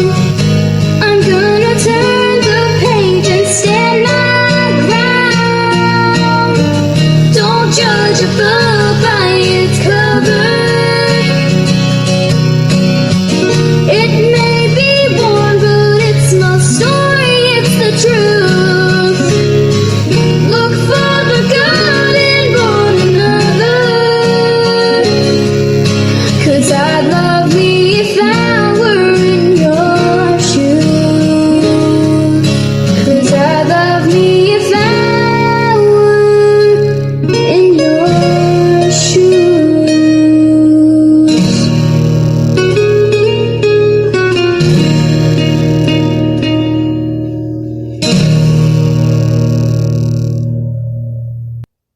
You're listening to the Kevin and Nikee Show on iHeartRadio. Nice. That's a song by a little girl named Jaden Riley. What she say? I love me if I were in your shoes. Go ahead, girl. Yeah. You better go ahead. And she You talked better go about ahead. looking for the good in one another. You know, it's easy to pick out the bad. You know what I mean? Yeah, Go ahead. That was good. Go ahead. Yeah. I like that. I like you. You know what? Okay. Okay, you get the bell. You get the bell. All right. You better go ahead with your bad stuff. Yes. So now it's time for my favorite part of the show, Kevin's Corner. All right, guys. So we're going to keep the high vibration train moving. We got two more characteristics that we're going to deal with that you know that you are operating on a high vibration in your life. So we at number 27 and 28. So number 27 is you are able to exemplify humility. Yeah. All right. So basically it just means having a modest or low view, not in a low self-esteem way, but just a modest or low view of one's importance. But get this, while being important. All right. So you understand that you're important, but you have a modest view of yourself. It is living with the consciousness and or understanding that our importance can be here today and going tomorrow. So we handle it with care as it connects with other people. There is an attitude of thankfulness that accompanies our success. If we wanted to be honest, we really are not supposed to be where we are, not to mention that if circumstances had altered themselves slightly in a negative direction in our lives, we would not even be where we are.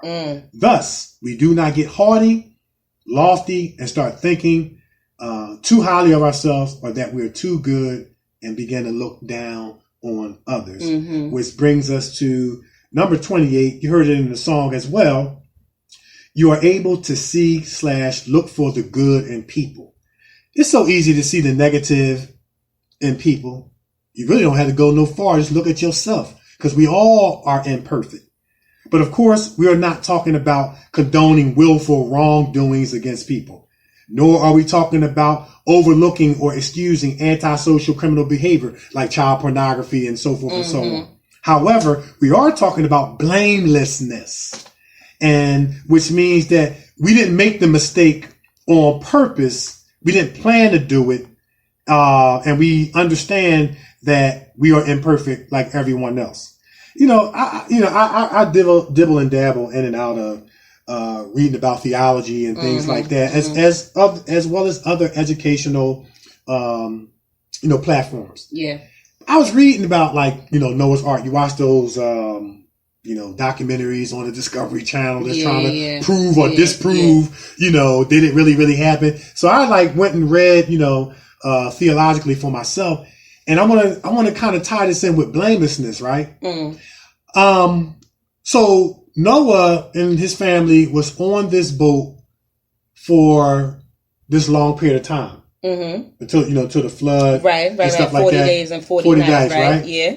You know what the first thing he did when he got off the boat? What? He got drunk. He started drinking. He sure did. He started drinking. And I'm sitting up here saying, all that water you was around, the first thing you wanted to do was drink. No, first of all, he started drinking because he was happy. All them people died. He was a drunkard. All them people died, and God chose him and his family to survive out of all those people. You know what, Nick? I love that you are operating on a high vibration, that you're able to see the good in people. Yeah. No, now I am too, but doctrinally and theologically, I'm gonna put it off me. It said that he was a drunkard. You know what I'm saying? He wasn't drunk. He was a drunkard. But that wasn't the ending of the story. It went on to say that when God looked at him, he said that he was an excellent man and he was blameless. And he was chosen. Okay. You missed the. I got it. Listen, as they say in church, you missed the shout. No. God called him blameless and said he had an excellent spirit and he was a good man after he got drunk. What's the lesson in it? The lesson is God sees us. He doesn't define us by our bad habits, our hang-ups, and all that stuff. There's a scripture that says, man looks at the outer appearance, but God looks at the heart. Inside. Right, you're right. God looks at the heart. And so God, was like, listen, you want to live, everybody going to die. Right. So, him getting off that boat and seeing that it actually happened, man, I probably started drinking too. Well, that's true. That's true. But anyway, just wanted to point out that blamelessness isn't being perfect. You know what I'm saying? It doesn't mean you don't have bad habits, you don't have hang-ups and things like that. But we're able to see the good in other people. And if God is able to see the good in us, how come we can't see the good in people as it's specifically connected with blamelessness? We're not talking about people out here that's willfully murdering people. And I'm sure maybe they do have some redeeming qualities in there. But I'm sure the family who are being victimized would not want to hear that or would not want to be looking in that direction. But we're talking about blamelessness. I want to qualify this because, so while we acknowledge that some of our mistakes and imperfections can hurt and or cause others pain, whether they, even if they are blameless, we are still able to see the worth and value in those kind of people. Yeah. All right. So we're not one and done with people who just happen to blow it in life and make mistakes like we do. We are not judgmental of others because we live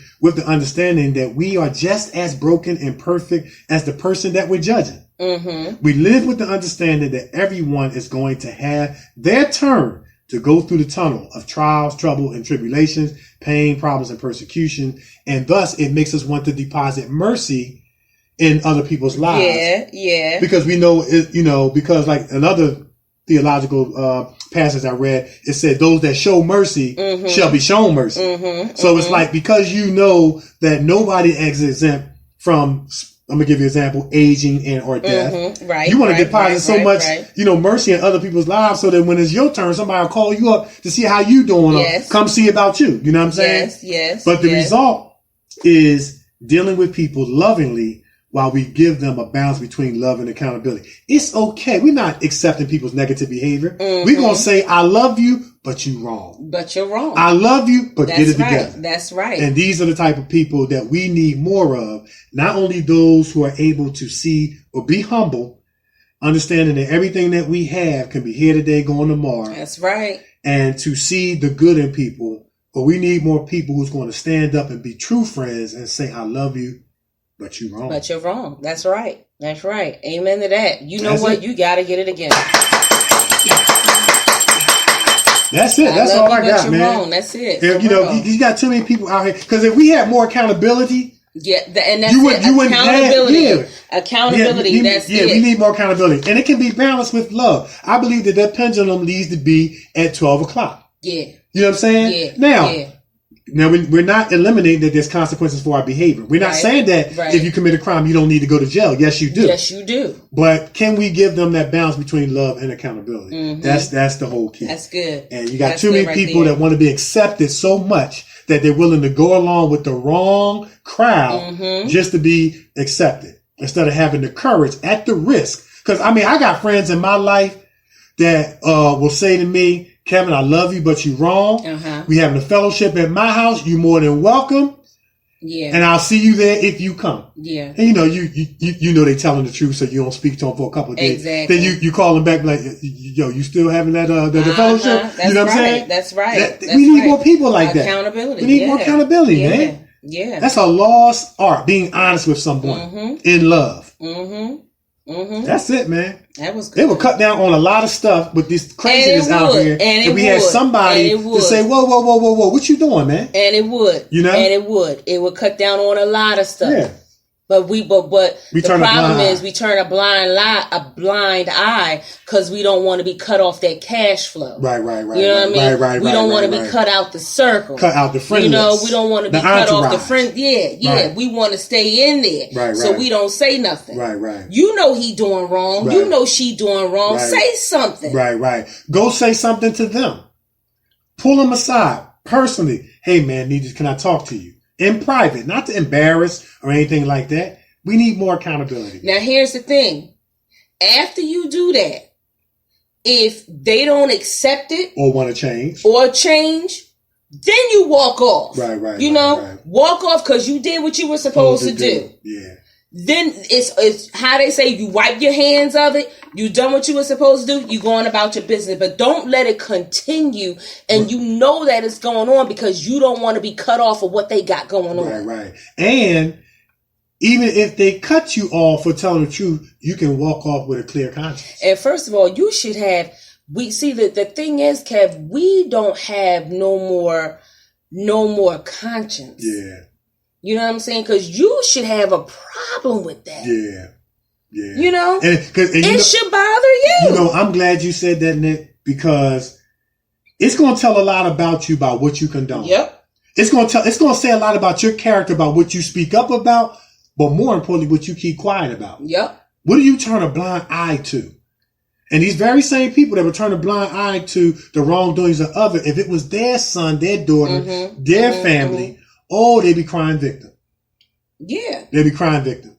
I remember I watched this movie, and I can't remember for the life of me what the name of the movie was, but the guy went into another room and he said to the guy, he said, we got the kids in there. And he said, if their parents don't give us what we need, I need you to go in there and shoot them. Like shoot them in the head. So he said the parents got 5 minutes to turn up, and I'm looking at my watch, and a minute has already gone by. So now they got 4. Mm-hmm. So the man turned to him and said, "What? We don't kill kids." Right. He said, "Well, we kill anybody who gets in our way." He said, "That's adults. It's not kids. I don't want nothing to do with that." Right. So the man gets upset and shoots him because he won't go in and shoot the kids. We need more people to stand up. Like, I'm not doing that. Right. And we're not even condoning shooting anybody. We want to put that out there. But he said we don't do that. Yeah, you're pulling out the fact that he stood up and spoke up. He said we don't do that. They're kids. Right. We need more people who will stand up and say, "Yo, whatever it is." It could be kids, it could be adults, or whatever. But we need more people to have a conscience and stand up like, "Dude, we don't do that. Mm-hmm. We don't go for that. Why are we doing this?"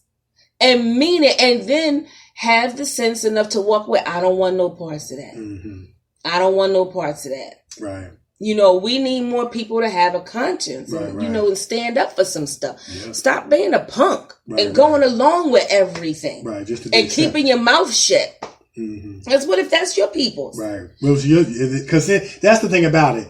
Like, I get tired of the hypocrisy. Yeah. When it's their child, their son, they want to get on the news and say, "We need everybody to speak up." Well, who did you speak up when it was somebody else's child? Yep. You see what I'm saying? For example. Yep. No, don't be a hypocrite about it. Don't be a hypocrite. Be real with yours. Yeah.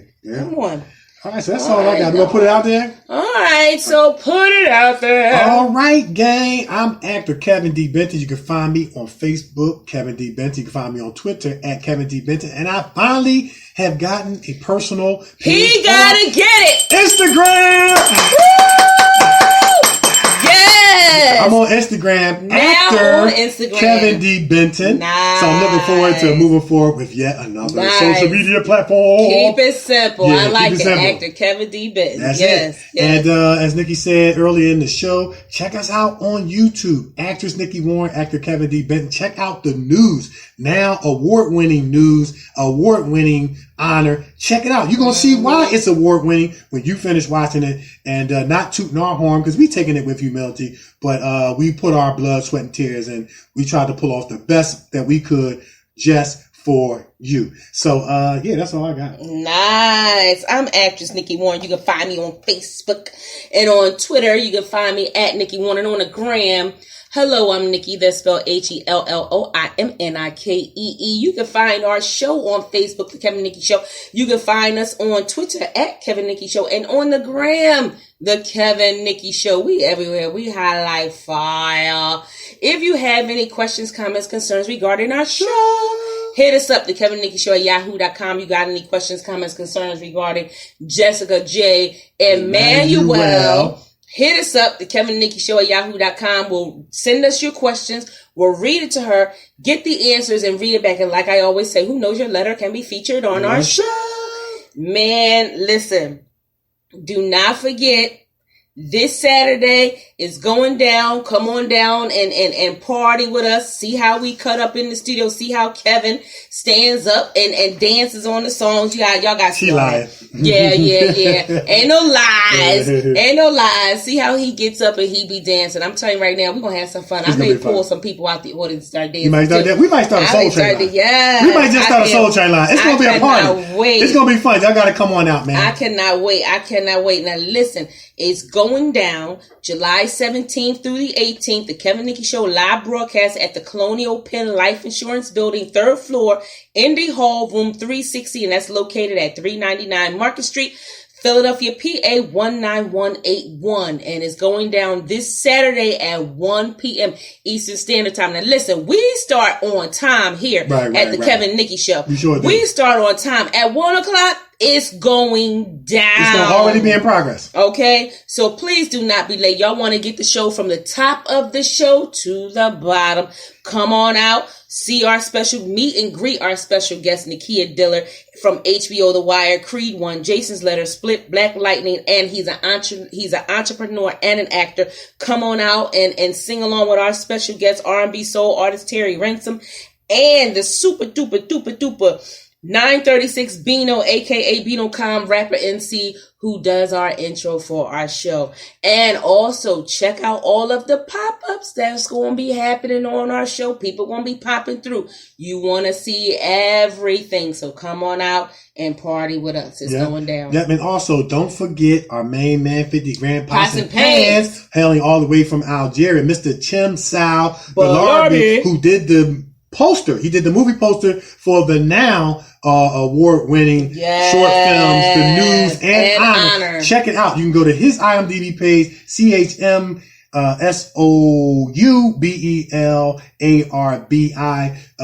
or you can look it up on our IMDb page. Kevin D. Benton, actress Nikki Warren. Check out The News movie poster. They are hot like fire.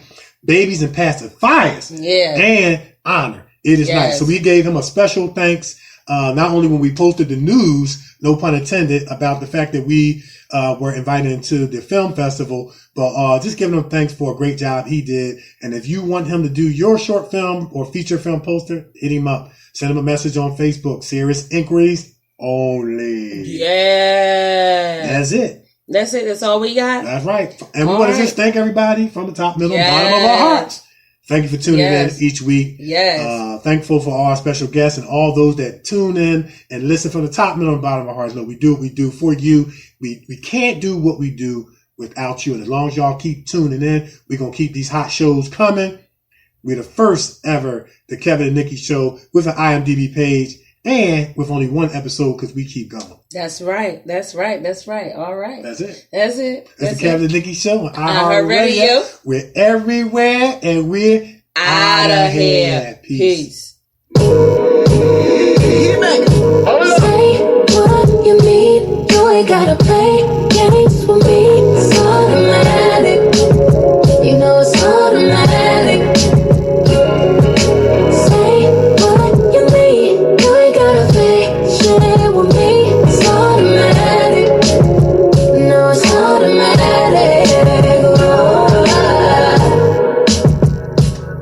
Now I'm way too grown to be shy around you. Other girls like to chase, but that's not what I do. Since you say you the man, can you be there when I call? Just do your best. I don't mind, to be honest. If you don't know everything, put your hands on my body. Let your kiss on this all day. Say what you mean. You ain't gotta play games with me. It's automatic.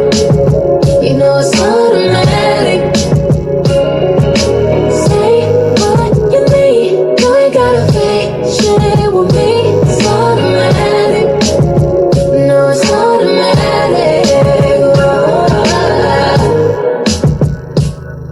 Never been on a trip, but for you I'm right for.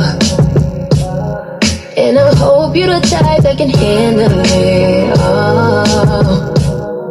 Take your time, ain't no rush, just don't make me wait too long. No, baby, I don't mind, to be honest. If you don't know everything, put your hands on my body. Let your kiss on this all day. Say what you mean. You ain't gotta play games with me. It's automatic. You know it's automatic. Say what you mean. You ain't gotta play shit with me. It's automatic. No, it's automatic.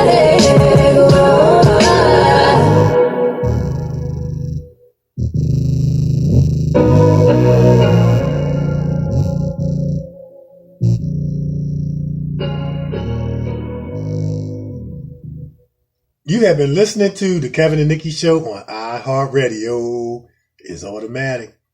Autumn is in the air. Time for back to school, football games, and pumpkin lattes. Fall is also a great time to buy or sell a car online at Driveway.com. Welcome to Driveway, where you can feel completely in control of your car buying or selling experience. Our nationwide network with tens of thousands of vehicles is unmatched. And when you buy from Driveway, there's no pressure. We offer our best price up front. That's Driveway, a customer-friendly experience that makes buying or selling your car easy. Driveway, auto done easy. Have you driven a Mazda? The Mazda CX-5 features available turbo engines providing improved horsepower that will ignite your senses and excite your drive. Mazdas come with cutting-edge technology like Mazda Connected Services and complimentary remote start on every new CX-5. Discover the new 2023 Mazda CX-5 arriving at your local Mazda dealership now. It may feel hard to find a car these days, but with Mazda's improved inventory availability, you can experience a Mazda today. Visit your local Mazda dealer or check out MazdaUSA.com to view inventory.